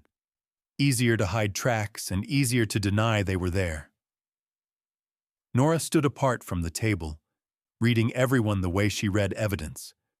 Her navy coat was open now, sleeves rolled once. She looked tired but sharpened by it, the scar near her left wrist pale against her skin when she lifted a hand to make a point. Listen carefully, she said. Tonight is observation and documentation. You are not seizing property. You are not confronting anyone. You are not digging, opening, or entering any locked structure. If you get enough visual evidence and route data, that gives me something I can push upward without getting it thrown out as vigilantism. Eli grunted. And if they spot us? Then you leave, Nora said. Alive, with your files intact. Gideon met her gaze and nodded. That's the plan. He ran the assignments one last time. He and Eli would take the ridge side and monitor terrain and exit routes. Owen would film from a second angle farther back, where he could see plates and faces if they came into range. Tessa would stay off-site at the utility annex lot and log times from a distance, cross-checking with any calls or overnight alerts. Nora would remain at the diner with 2 phones, receiving timestamps and reminding them not to do anything reckless if adrenaline got ideas. Mara would stay with her and listen for road chatter on the late coffee crowd before locking up. Bruno's role was simple and crucial. Help Gideon avoid noise and spot danger before human eyes did. No one said out loud that the dog had already done that more than once. The woods north of Pine Mercy looked different at night. By day they were deep green and damp and full of detail. By midnight they became shape and temperature and memory. Pine trunks rose like columns in a ruined cathedral. The old quarry air held a mineral chill. Water moved somewhere out of sight, thin and restless over stone. Gideon and Bruno reached the first observation point 10 minutes ahead of schedule. Gideon moved low and quiet through scrub and shadow, every step placed with care. Bruno tracked beside him on a short lead, not pulling, just adjusting his head and ears at the edge of sounds humans often missed. The far cough of an engine, the metallic clink of something loaded badly, the hush of tires over packed gravel. Eli arrived from the lower line a minute later, breathing harder but steady. Ground's wet near the old cut, he whispered. If they're bringing weight in, they'll favor the service spur. Owen's voice came through the small earpiece Gideon wore. hushed and breathy. "I'm in position. Sightline is partial, but good to the turnout," Nora answered from the diner. "Remember, record first, heroics never." A long pause followed. Then Mara's voice in the background, muffled through Nora's mic. "I hate how much I like her." Even in the dark, Gideon almost smiled. They waited. Bruno's body changed before the first engine reached them. His ears cut forward, his nose lifted. The hair along his shoulders rose just enough for Gideon to feel through the leash. Then came the lights. Dimmed, shielded by trees, moving in slow sequence. One truck, then another, then a third. They rolled off the old service spur and down toward a low basin near the North Branch runoff, exactly where no legitimate disposal route should have been active after dark. Gideon shifted behind a fallen log and raised his phone-mounted monocular. Owen had the better lens from his angle, but Gideon needed confirmation with his own eyes. Men climbed down from the first truck. One of them barked instructions in a voice that carried even when hushed. Darren Kroll. Gideon recognized him from the still frames Owen had pulled earlier. Broad, thick through the chest, shaved head under a cap. Movements, like a man used to pushing through resistance. Under the work lights, his jacket looked soaked in old stains, and the set of his shoulders radiated irritation even when nothing was going wrong. "Set it lower," Darren snapped. "You crack that seal, you're cleaning it with your tongue?" Two workers in reflective vests guided a suspended industrial drum down from a lift gate. The drum was marked with hazard diamonds that had been partially painted over. Owen's voice hissed in Gideon's ear. "I've got the plates. I've got Darren. Keep me a little longer." "Take what you need," Gideon whispered. The drum touched ground. Another followed. Then, on the third transfer, one strap slipped. The drum dropped hard onto one edge and struck a rock. A dark liquid spat from the seam in a short burst, thick and almost black in the light. It splashed over grass and low brush. For one stunned second, nobody moved. Then the vegetation hissed. A strip of grass collapsed, inward, browning at the edges as if heat had rushed through it. One worker cursed and jumped back. Darren spun on him. "Contain it! Now!" Owen sucked in a breath over comms. "Got it. Got all of it." Tessa's voice came in, tight and controlled. "Timestamp 0043. Logging now." Gideon kept filming. This was what they needed. Not the final case, not the courtroom version, but proof that something was being moved, at night, in the wrong place, by the right people to matter. A fourth truck rolled in with lights off until the last second. Bruno gave a low warning hum and shifted closer to Gideon's leg. The dog wasn't looking at the trucks now. He was looking right, toward Owen's position. Gideon turned his head just enough to scan. Nothing at first, then a white flicker. Not a flashlight, brief and sharp. Lens glare. "Down," Gideon breathed into the mic. "Owen, kill angle now." Too late. A guard near the basin jerked his head toward the ridge. "Hey, up there!" A flashlight beam snapped on and swept the brush. Owen cursed. They saw the reflection. Darren looked up, eyes narrowing under the brim of his cap. "Go, go!" Everything unraveled at once. Men started up the slope with lights and boots crashing through brush. Owen abandoned his second position and ran the pre-planned route. Gideon grabbed Bruno's lead and moved left toward the extraction line he and Eli had marked earlier. Eli was 10 yards behind him when the old ranger's boot skidded on wet stone. The sound he made was short and ugly, not a scream, just breath punched out hard. Gideon turned in time to see him drop to one knee at the edge of a slanted rock shelf that fell into darkness. Eli! Go! Eli snapped. I'm fine. Then the ground beneath his left hand crumbled and dropped. Not a sheer cliff, but a hidden washout pocket. Deep enough to break a leg, maybe worse. Bruno tore free of Gideon's slack grip before Gideon could stop him. For one terrifying heartbeat, Gideon thought the dog was charging the lights. Instead, Bruno veered straight to Eli, planted his feet at the old ranger's shoulder, and barked. One hard, explosive sound, then another. Not panicked, but directional, like a living beacon in the dark. Eli reached blindly toward the bark and caught Bruno's collar. The dog braced. Gideon dropped beside them, grabbed Eli's jacket and belt, and hauled backward as gravel slid under his boots. A flashlight beam cut through branches 20 yards upslope. Voices were closer now. Move!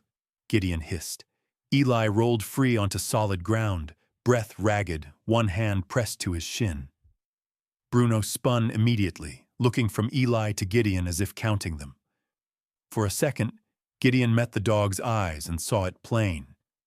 Not instinct alone, not obedience alone. Decision. He grabbed Bruno's lead again. Good, now run! They moved downslope through a narrow cut Eli had mentioned. Earlier, too tight for trucks. Hard enough underfoot to leave less trace. Branches slapped Gideon's shoulders.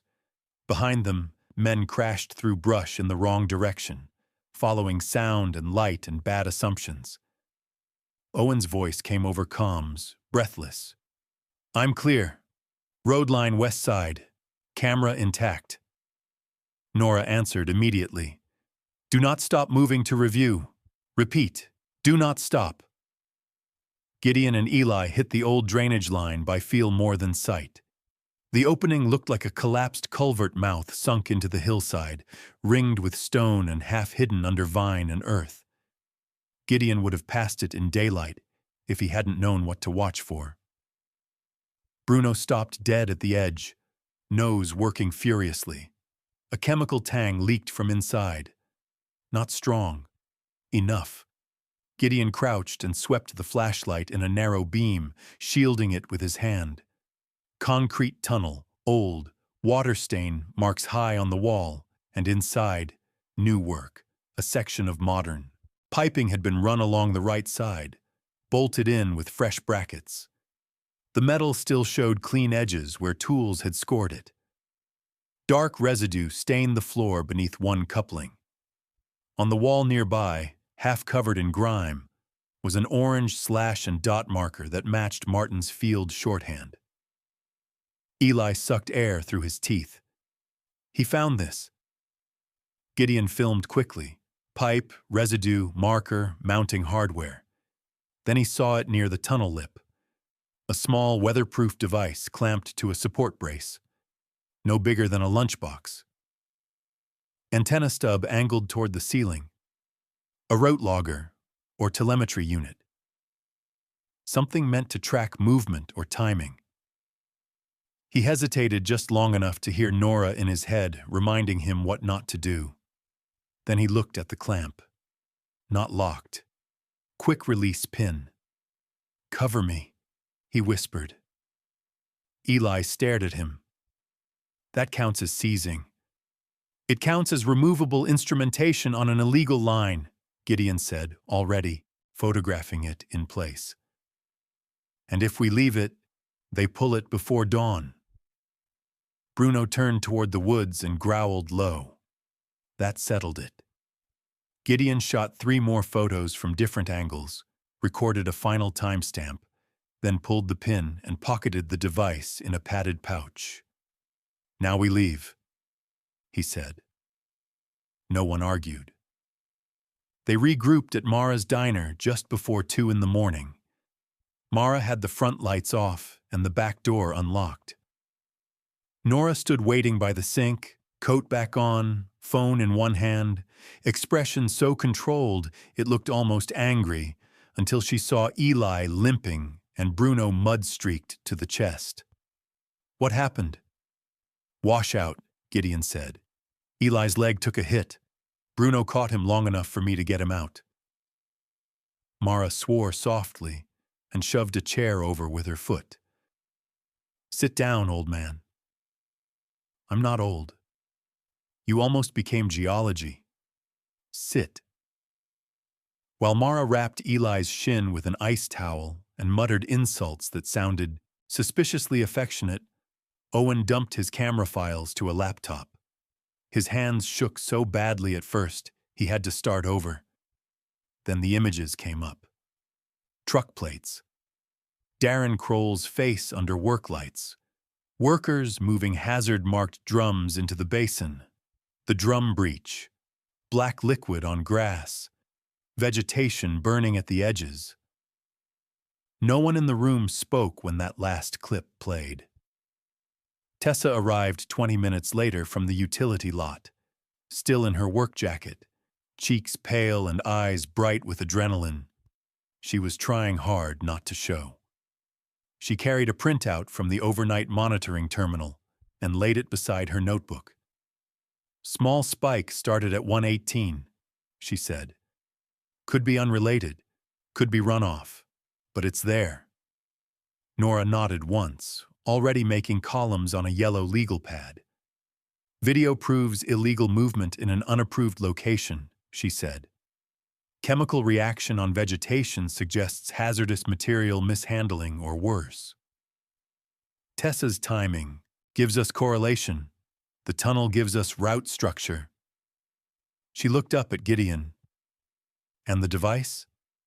He set the logger on the table.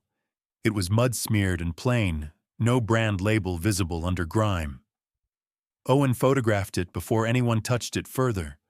Nora had them bag it, label time and handlers, and sign initials across the seal.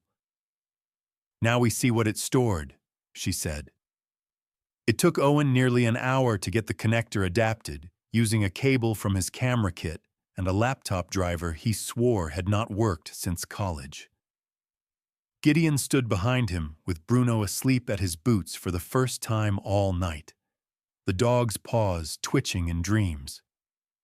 When the file list finally appeared, Owen sat back hard enough to make the chair squeal. "Oh," he whispered. "What?" Mara demanded. Owen clicked one map file open. The screen filled with route logs, not one line, many. Paths traced around the lake like veins, North Branch, East Service Cut, an old maintenance road. Near the southern shore, a spur Gideon didn't recognize beyond town limits, and repeated loops linking them on different dates and times. Eli leaned closer, eyes narrowing. "That's not one dump route." Tessa looked sick. "That's a network." Nora's jaw set, and the room seemed to harden around her. "Good," she said quietly, and for the first time the word sounded like a weapon. Because networks are harder to dismiss as accidents. Gideon stared at the screen, gray-blue eyes reflecting the digital lines. Pine Mercy was not the whole story. It might not even be the center of it. Beside his boots, Bruno woke, lifted his head, and looked at the map on the screen as if he, too, understood that the ground beneath this town had just become much larger. By dawn, the diner no longer felt like a diner. It felt like a war room built out of chipped mugs, legal pads, and stubborn people who had crossed a line they could not uncross. The route map from the logger stayed open on Owen Pike's laptop, its glowing lines tracing the lake in a web that made Pine Mercy look smaller than anyone in the room wanted it to be. Gideon Vale stood beside the screen with arms folded, jaw set, gray-blue eyes moving between the digital routes and Martin Harrow's copied symbols. Bruno slept at his boots at last, but lightly, one ear lifting whenever a car passed outside. Eli Mercer leaned over the table, one hand braced on the wood, the other tracing the route logs without touching the screen. In the early light, his weathered face looked even harder, all ridges and hollows, white-gray stubble catching the yellow glow from the counter lamp. "Here," Eli said, tapping the air near one route segment. "This line cuts too close to the old northeast. Culvert to be random." If Martin marked East Culvert and a red point, he wasn't marking the basin itself. He was marking where something fed it. Gideon nodded. "A control point. Or a backup route," Eli said. "Surveyors think like water and paperwork at the same time." Nora Kincaid, already dressed and composed despite having slept maybe an hour in a booth, stepped in beside them.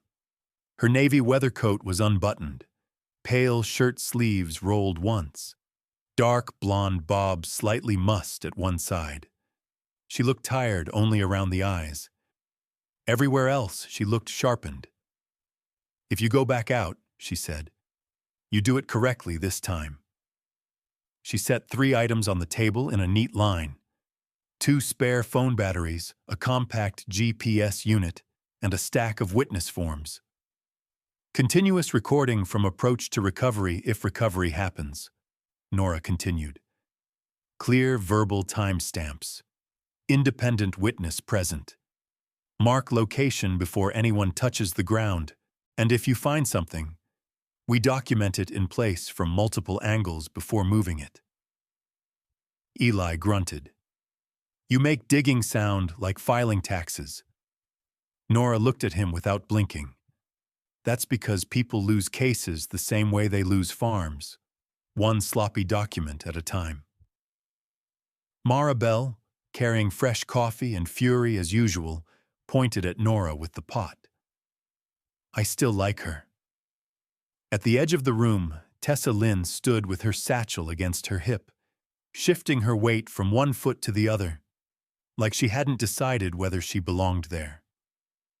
Her utility jacket was zipped up, her hair tied low and tighter than usual.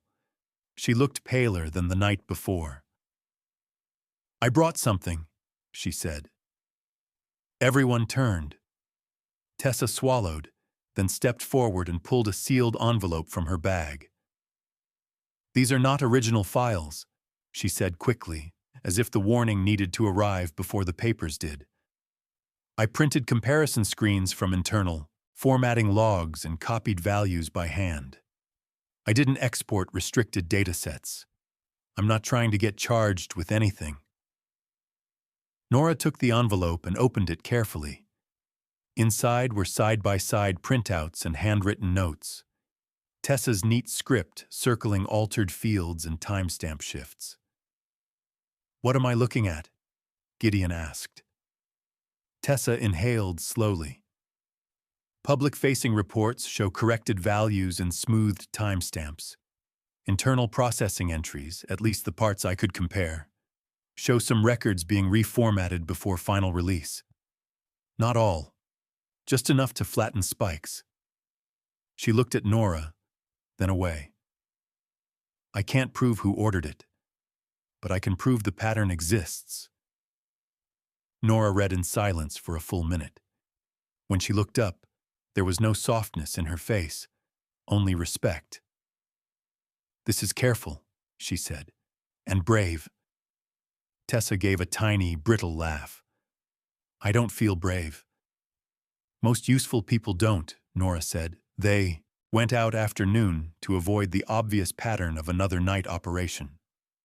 The sky was washed pale and windy, the kind of cold, bright day that made distance look closer than it was. Nora insisted on coming. So did June Hollis.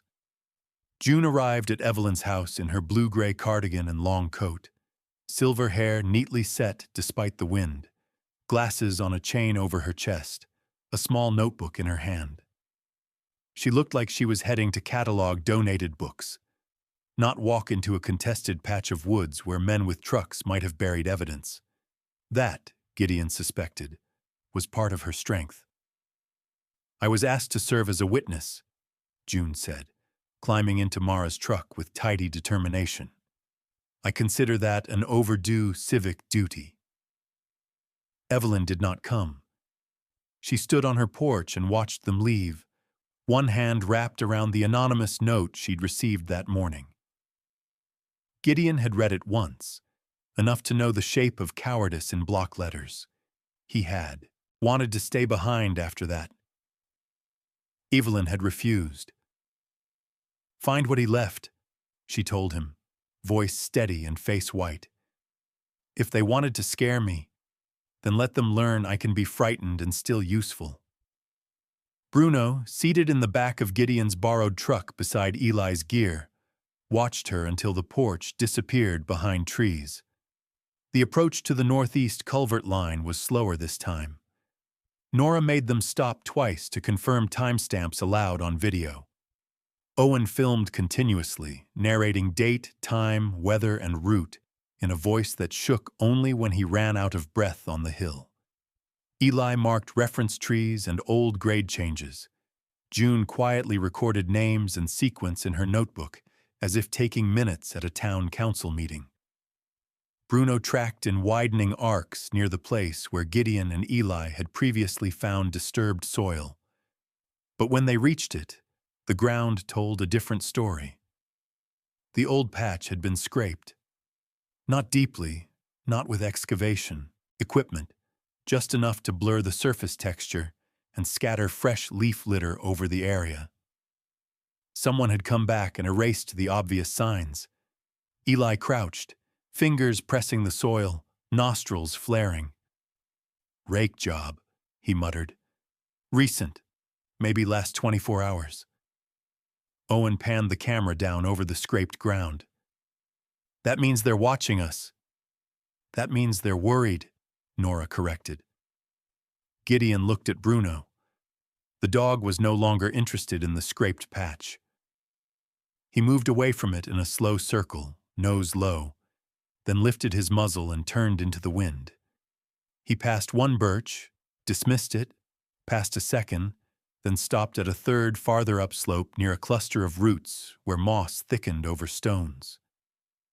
He sniffed once, twice, then began pawing, not wild digging, but targeted scraping at the base of the tree where runoff would carry scent downhill and leave residue in bark and soil. Eli frowned. "That's not your original point." "Maybe Martin knew the first point could get found," Gideon said. Bruno scraped deeper, then paused and looked back at Gideon. Not impatient, not agitated, just intent. The wind moved through the birch leaves with a dry, silver sound. For a heartbeat, Gideon saw Evelyn in his mind, alone on that porch with a threat in her hand and Martin's old words in the kitchen behind her.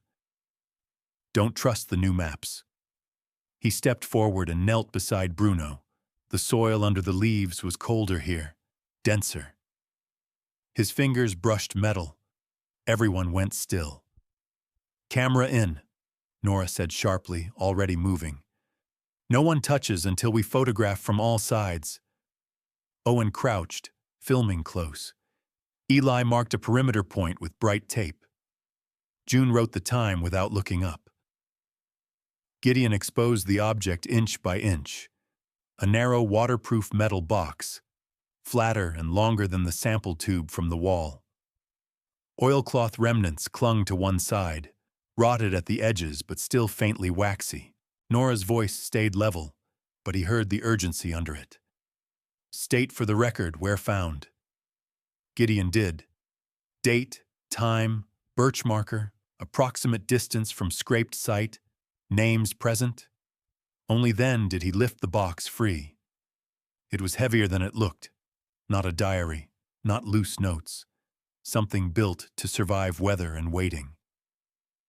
No one spoke on the walk back to the trucks. Bruno trotted at Gideon's side, mud on his paws, ears flicking to every distant sound. He looked ordinary and impossible at the same time. They opened the box at the Chronicle office under Nora's supervision, camera running. The lid resisted at first, then gave with a dry seal pop that made everyone in the room lean in. Inside, packed in waxed cloth and sealed bags, lay 4 items. A small hard drive wrapped in paraffin-coated fabric. a brass bank key on a tag stamped with a local branch code, a folded handwritten letter, envelope front marked in Martin's careful print, Evelyn, and a second note, shorter, block letters, written for whoever found the box. If found, contact state-level council or press. Do not file through county office. Records disappear there. Mara sat down hard on the nearest chair. Eli muttered, "Damn." Owen looked at Nora as if asking permission to breathe. Nora nodded once. Document first, then letter. Gideon took photographs while Owen filmed and June recorded each item and sequence. Only after everything was logged, bagged, and listed did Nora hand the letter to Evelyn.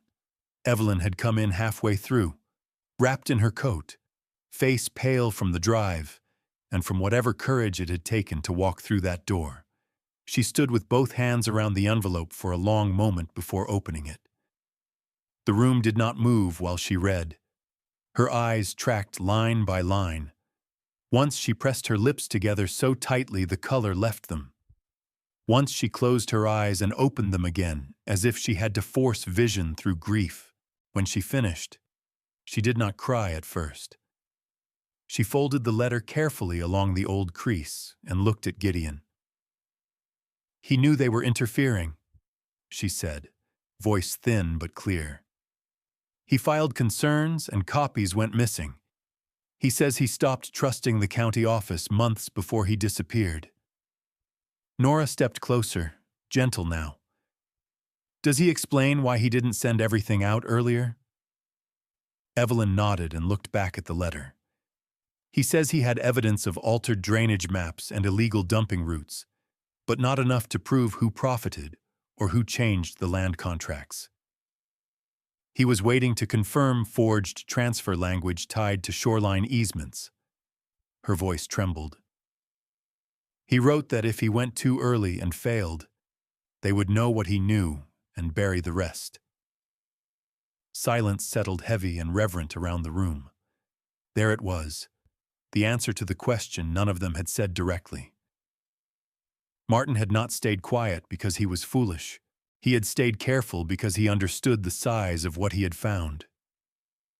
Evelyn read one more line, this one barely above a whisper. He says, "I am not hiding from you. I am hiding this from them until I can make it hold." Mara covered her mouth with one flour-rough hand. Even Eli looked away. The pressure came harder after that. Not immediately. Not in one dramatic sweep. In cuts.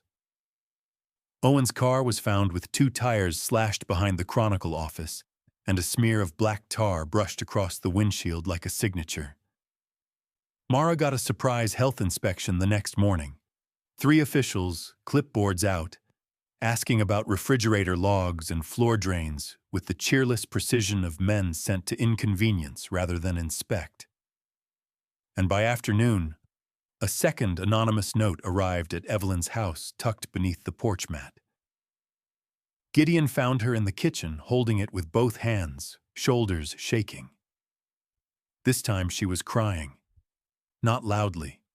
Not helplessly. The kind of crying that comes when fear finally catches up with delayed grief and sits down in your chest like a stone.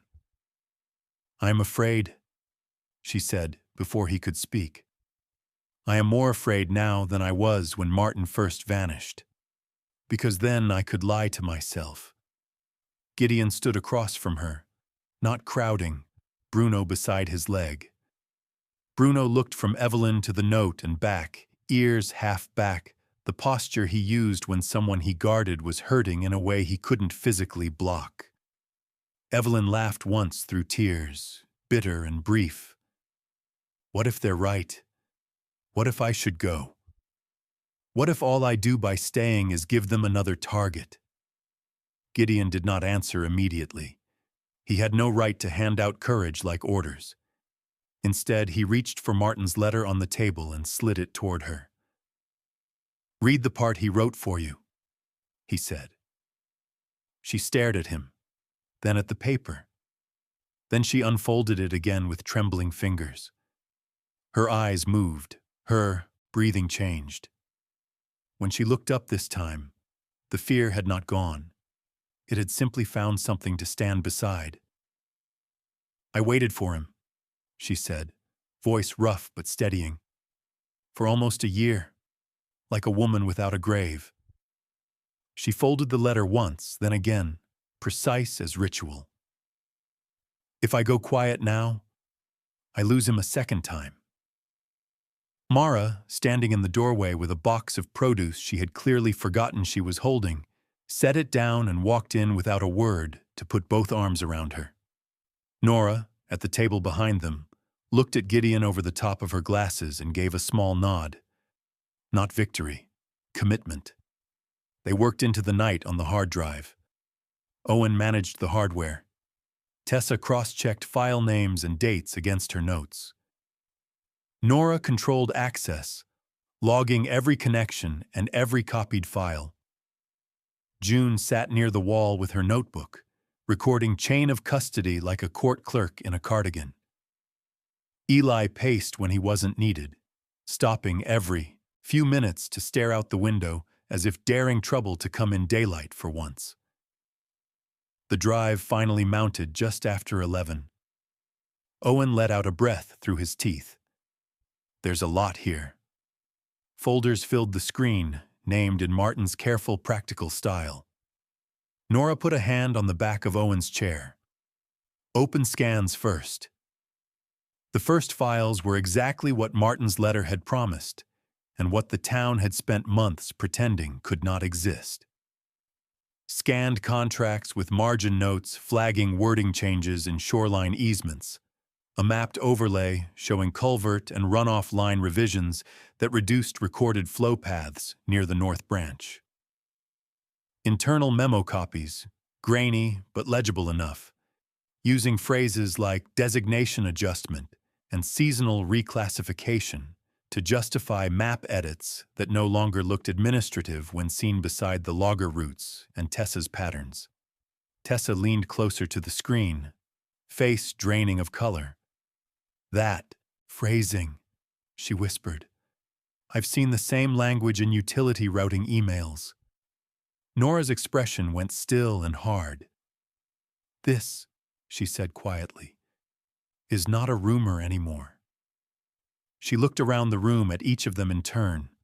Widow, diner owner, reporter, ranger, technician, soldier, librarian, dog asleep under the table after another day of carrying more than a dog should have to carry. "We're still not at the finish line," Nora said. "But now we are on a road the state can't ignore." Gideon looked at the glowing folders, then at Evelyn. For the first time since he'd arrived in Pine Mercy, the grief in her face was no longer directionless. It had become witness. The morning they chose to go public, the lake was almost too bright to look at. Wind came in off the water, clean and cold, rattling the flags outside the municipal hall and flattening the grass near the parking lot. Pine Mercy looked washed and ordinary from a distance. Church steeple, diner sign, pickup trucks, white fences, porch swings. The kind of place that could pretend for a long time that truth was a weather pattern and not a decision. Inside Maribel's diner, the back room was no longer just a planning space. It had become a staging ground. Nora Kincaid stood at the end of the table with 3 phones, a laptop, and a stack of labeled envelopes spread in front of her like a field commander arranging supply lines. She wore the same navy weather coat, but today it was buttoned, collar up, hair neat again despite too little sleep. Her face was pale and controlled, all focus. The scar near her wrist flashed when she moved papers from one pile to another. "Again," she said, looking at each person in turn. "Nothing goes out from only one source. We duplicate everything. Owen sends to regional press and holds the full package for timed release. I send to state environmental enforcement, the Attorney General's intake desk, and the Great Lakes Monitoring Coalition. Tessa's summaries go with explanatory notes in plain language. We do not drown them in jargon and make it easier to ignore. Owen Pike sat at the laptop in a wrinkled shirt and his old canvas jacket. Hair combed but already giving up on obedience. He looked exhausted and electric at once. His fingers moved carefully now, no longer frantic, as if he'd stepped into the part of himself he had always hoped existed. I'm splitting the story into sections, he said. Night hauling, map revisions, citizen complaints, route logs. If they kill one angle, the others still stand. Mara, in flannel and apron, coffee pot in hand as always, nodded with fierce approval. That's right. Make it like a casserole. Hard to throw out all at once. June Hollis sat near the window with her notebook and reading glasses low on her nose. Her small frame looked even smaller in the straight-backed chair, but the set of her jaw could have anchored a bridge. She and Mara had spent the morning calling people, not pressuring, just inviting, reminding, asking neighbors to come and listen, to bring old photos if they had them, old papers if they trusted no one else with them. Tessa Lynn stood by the sink, clutching a folder to her chest. She had changed into a clean utility jacket and tied her dark hair back with unusual care, as if precision on the outside might steady the tremor inside. When she met Gideon's eyes, he saw fear there still, but no retreat. Eli Mercer arrived smelling of sawdust and cold air, boots muddy, field jacket zipped, face rough as ever.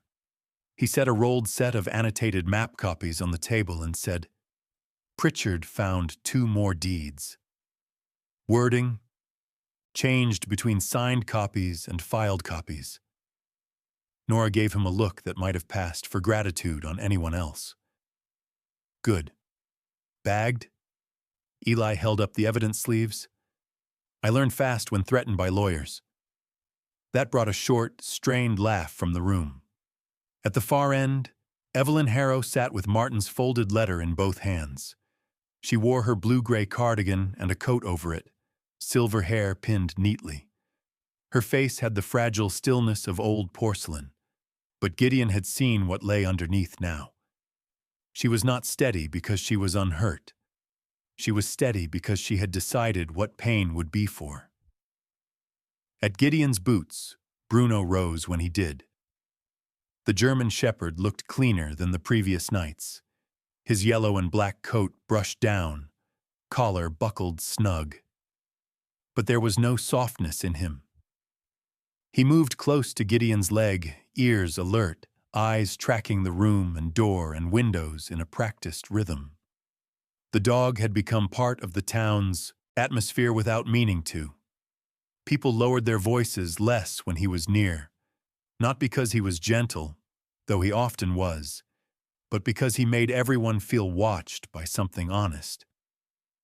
Gideon checked the time on his old military watch. Ready? He said. Calvin Roan had moved first, in his own way.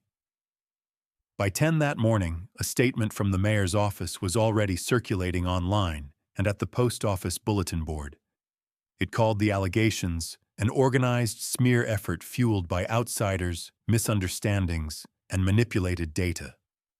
It praised North Crest's economic contributions and warned residents against panic spread by irresponsible speculation. Classic Calvin. Polished, reasonable, and aimed at anyone who feared embarrassment more than danger. By the time the town meeting began, the room was packed beyond fire code comfort. People stood along the walls and spilled into the hallway. Farmers in work jackets, retired couples in church clothes, young parents with folded arms and tired eyes, a few North Crest employees in reflective work pants standing together too stiffly. The air smelled like wet coats, coffee in paper cups, and nerves. Gideon stayed near the side entrance with Bruno and Eli. Owen set up the projector and tested audio. Nora stood near the front table with her document case and a stack of signed statements ready for intake.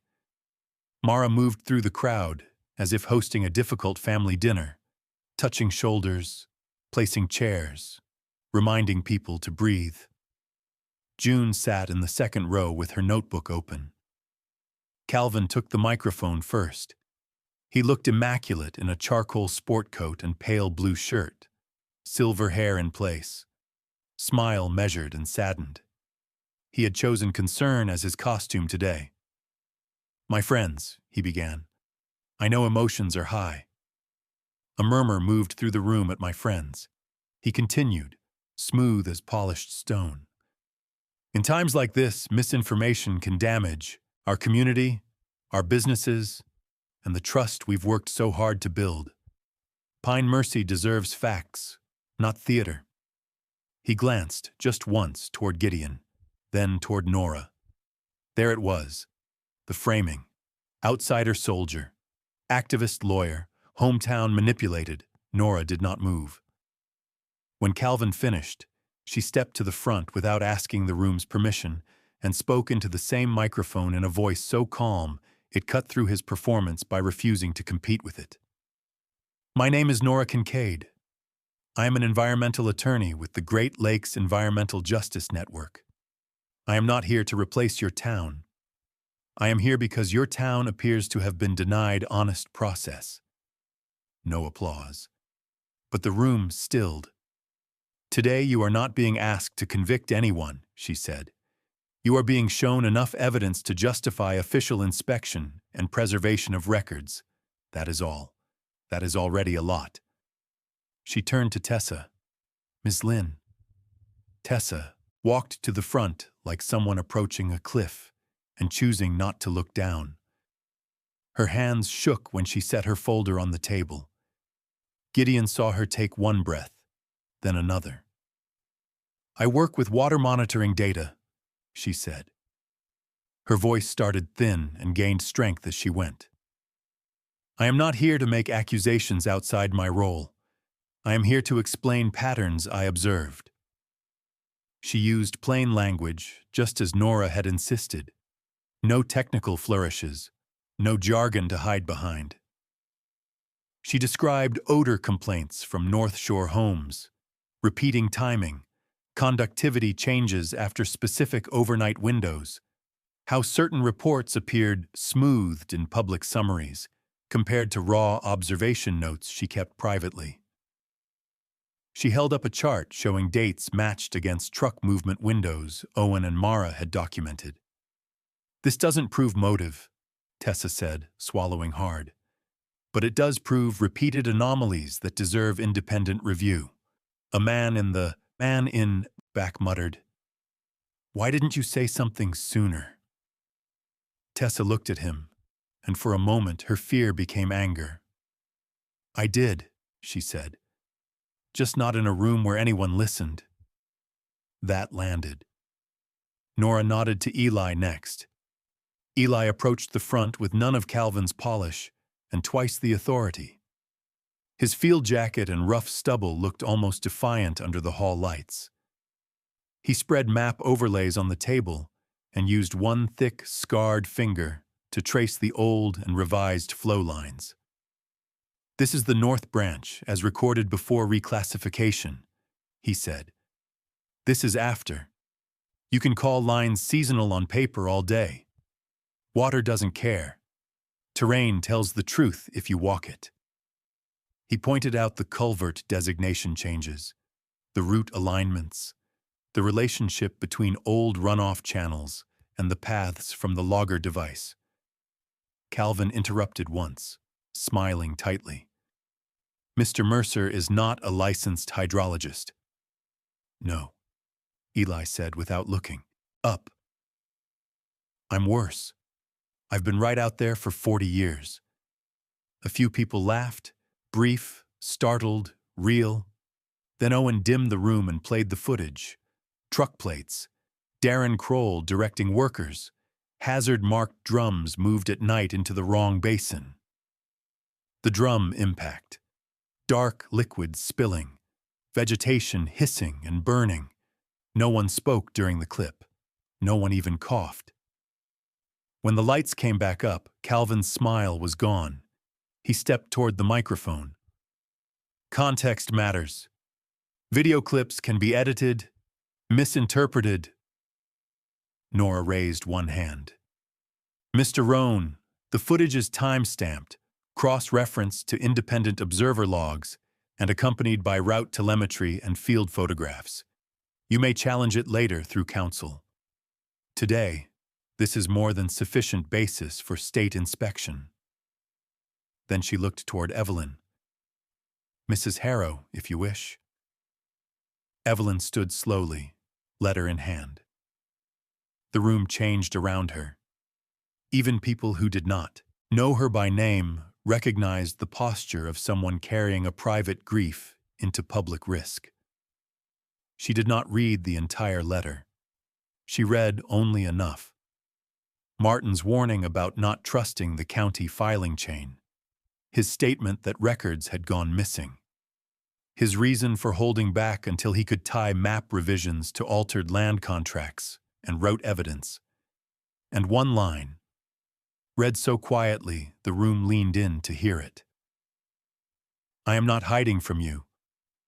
I am hiding this from them until I can make it hold. Silence followed, not empty silence. The kind that forms when a room realizes someone has been speaking the truth for a long time and they had chosen not to hear it. June Hollis stood before anyone called on her. She looked small beside the microphone, cardigan sleeves neat, notebook in hand. Martin Harrow came to my library for months, she said. He checked out older map editions and planning records. He told me. She paused, voice tightening just a little. And if he ever disappeared, I was not to let them burn the paper. A rustle moved through the crowd, like wind through dry grass. Then the first domino fell. The woman who had slipped Owen an old creek photograph 2 nights earlier stood and held up another envelope. I have more pictures, from before they changed the ditch line by my brother's lot. Mr. Pritchard, shoulders bent but voice steady, raised a folder and said, They had me sign one thing and filed another. I want that on record. A younger man near the wall, cap in hand, spoke without standing. I drove Phil one night for North Crest. I didn't know what else was in the convoy. I'll talk if there's protection.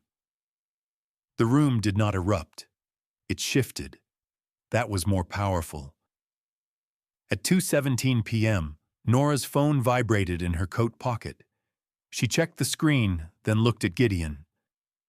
State inspectors are here. They arrived in 2 vehicles, unmarked but official in the way only government vehicles ever looked. Clean, practical, unreadable. The lead inspector, a tall black woman in her 50s named Dana Ruiz, stepped out first. She wore a dark field jacket over a collared shirt, work pants, and hiking boots, hair braided close to the scalp and pulled back. Her face was composed, intelligent, and unsentimental, with the calm of someone who had spent years walking into rooms full of denial. She introduced herself with no wasted words and looked directly at Nora before she looked at anyone else. Ruiz, State Environmental Enforcement, I received your packet. Her handshake with Nora was brief and firm. Then she turned to Gideon, to Eli, to Tessa, to Owen, assessing as she went. You, the field witnesses? Yes, Gideon said. Ruiz glanced at Bruno, who stood beside him, ears up, body quiet. And the dog? Trail and hazard awareness, Gideon said. He indicates changes and concealed access points. He does not touch evidence. Ruiz nodded once. Good answer. Calvin tried to intercept near the hall steps, voice back in public mode. Inspector Ruiz, we welcome oversight and want to be clear that outside agitators have... Ruiz held up a hand without looking at him. Mayor, if your records are clean, This goes easier with less talking. Mara would later replay that sentence for months. Gideon, Eli, and Bruno took Ruiz's team to the northeast line. The inspectors moved methodically. Photographs, markers, air readings, soil swabs, chain seals. Gideon stayed back when asked. Eli answered terrain questions. Nora observed. Owen filmed from outside the active work zone. Bruno ranged on a short lead near the culvert approach, nose testing wind and disturbed soil. He stopped twice at old scent traces they already knew and moved on. Then, near a low berm beside the tunnel mouth, he angled toward a patch of brush that looked recently reset. Branches woven back too neatly, leaves laid over darker soil. Hachua gave a low huff and stared. Gideon halted. There. Ruiz crouched, studied the brush, then motioned to her techs. Photograph before touch. When they lifted the cover, a secondary access hatch appeared beneath, a maintenance plate hidden under fresh camouflage debris. Not legal proof because Bruno found it. Legal proof because state inspectors documented, opened, and processed what the hidden hatch led to. Ruiz's expression hardened as her team began calling out pipe labels, residue samples, and routing numbers into the recorder. Behind them, one of Owen's contacts texted that Darren Kroll had tried to leave town in a company truck and been stopped for questioning at a county junction by state officers now holding an administrative order. Calvin did not collapse. He did what men like him always did. He kept talking. He questioned process. He invoked jobs. He claimed ignorance. He suggested misunderstanding. He asked for patience. He insisted on legal review. But by evening, he no longer controlled the order in which the town learned things. That was the beginning of the end. The first layer of victory came fast. North Crest's Pine Mercy operations were temporarily suspended pending investigation. Selected municipal land files and permit records were sealed for review. The state issued an emergency testing advisory for affected wells and arranged bottled water distribution for specific zones. Pine Mercy, by nightfall, knew the truth was not a rumor anymore. The second layer took longer. Weeks, then months. Nora stayed in and out of town, guiding civil filings and protecting witnesses from paperwork traps. Owen's reporting was picked up by a regional paper, then a state outlet. His byline, once easy to smother, became harder to ignore. Tessa joined an independent water monitoring partnership and testified under protection after additional records confirmed data smoothing and reporting interference. Mara reopened her diner, opened, fully and, without ever saying it this way, turned it into the town's unofficial recovery room. June kept a labeled archive box in the library marked Harrow Papers and Related Public Records, and no one laughed at the title. Eli helped survey damaged runoff channels for remediation planning, muttering through every meeting and attending all of them. And Martin Harrow was found. Not by chance. By expanded state excavation after root and material records were traced near an old slide zone by the quarry edge, where fill and debris had been used to hide what should never have been hidden. They found enough to bring him home. The day of the burial, the lake was gray and still. Evelyn stood in a dark coat with Martin's watch in her hand and said almost nothing. She didn't need to. The absence that had consumed her life for nearly a year finally had a place to rest. Grief remained, but uncertainty, its cruelest edge, was gone. By the following spring, a restoration fund had been established for well replacement, soil testing, and shoreline cleanup. Children rode bikes past Mara's diner again. People sat longer on porches. Conversations in the grocery store no longer stopped when certain names were mentioned. Gideon planned to leave twice. Both times he packed the truck halfway and found Bruno in the community field behind the old school, lying in the grass while local kids took turns throwing a tennis ball badly and laughing when he returned it to the wrong person on purpose. The dog had become gentler in daylight and no less alert by dusk.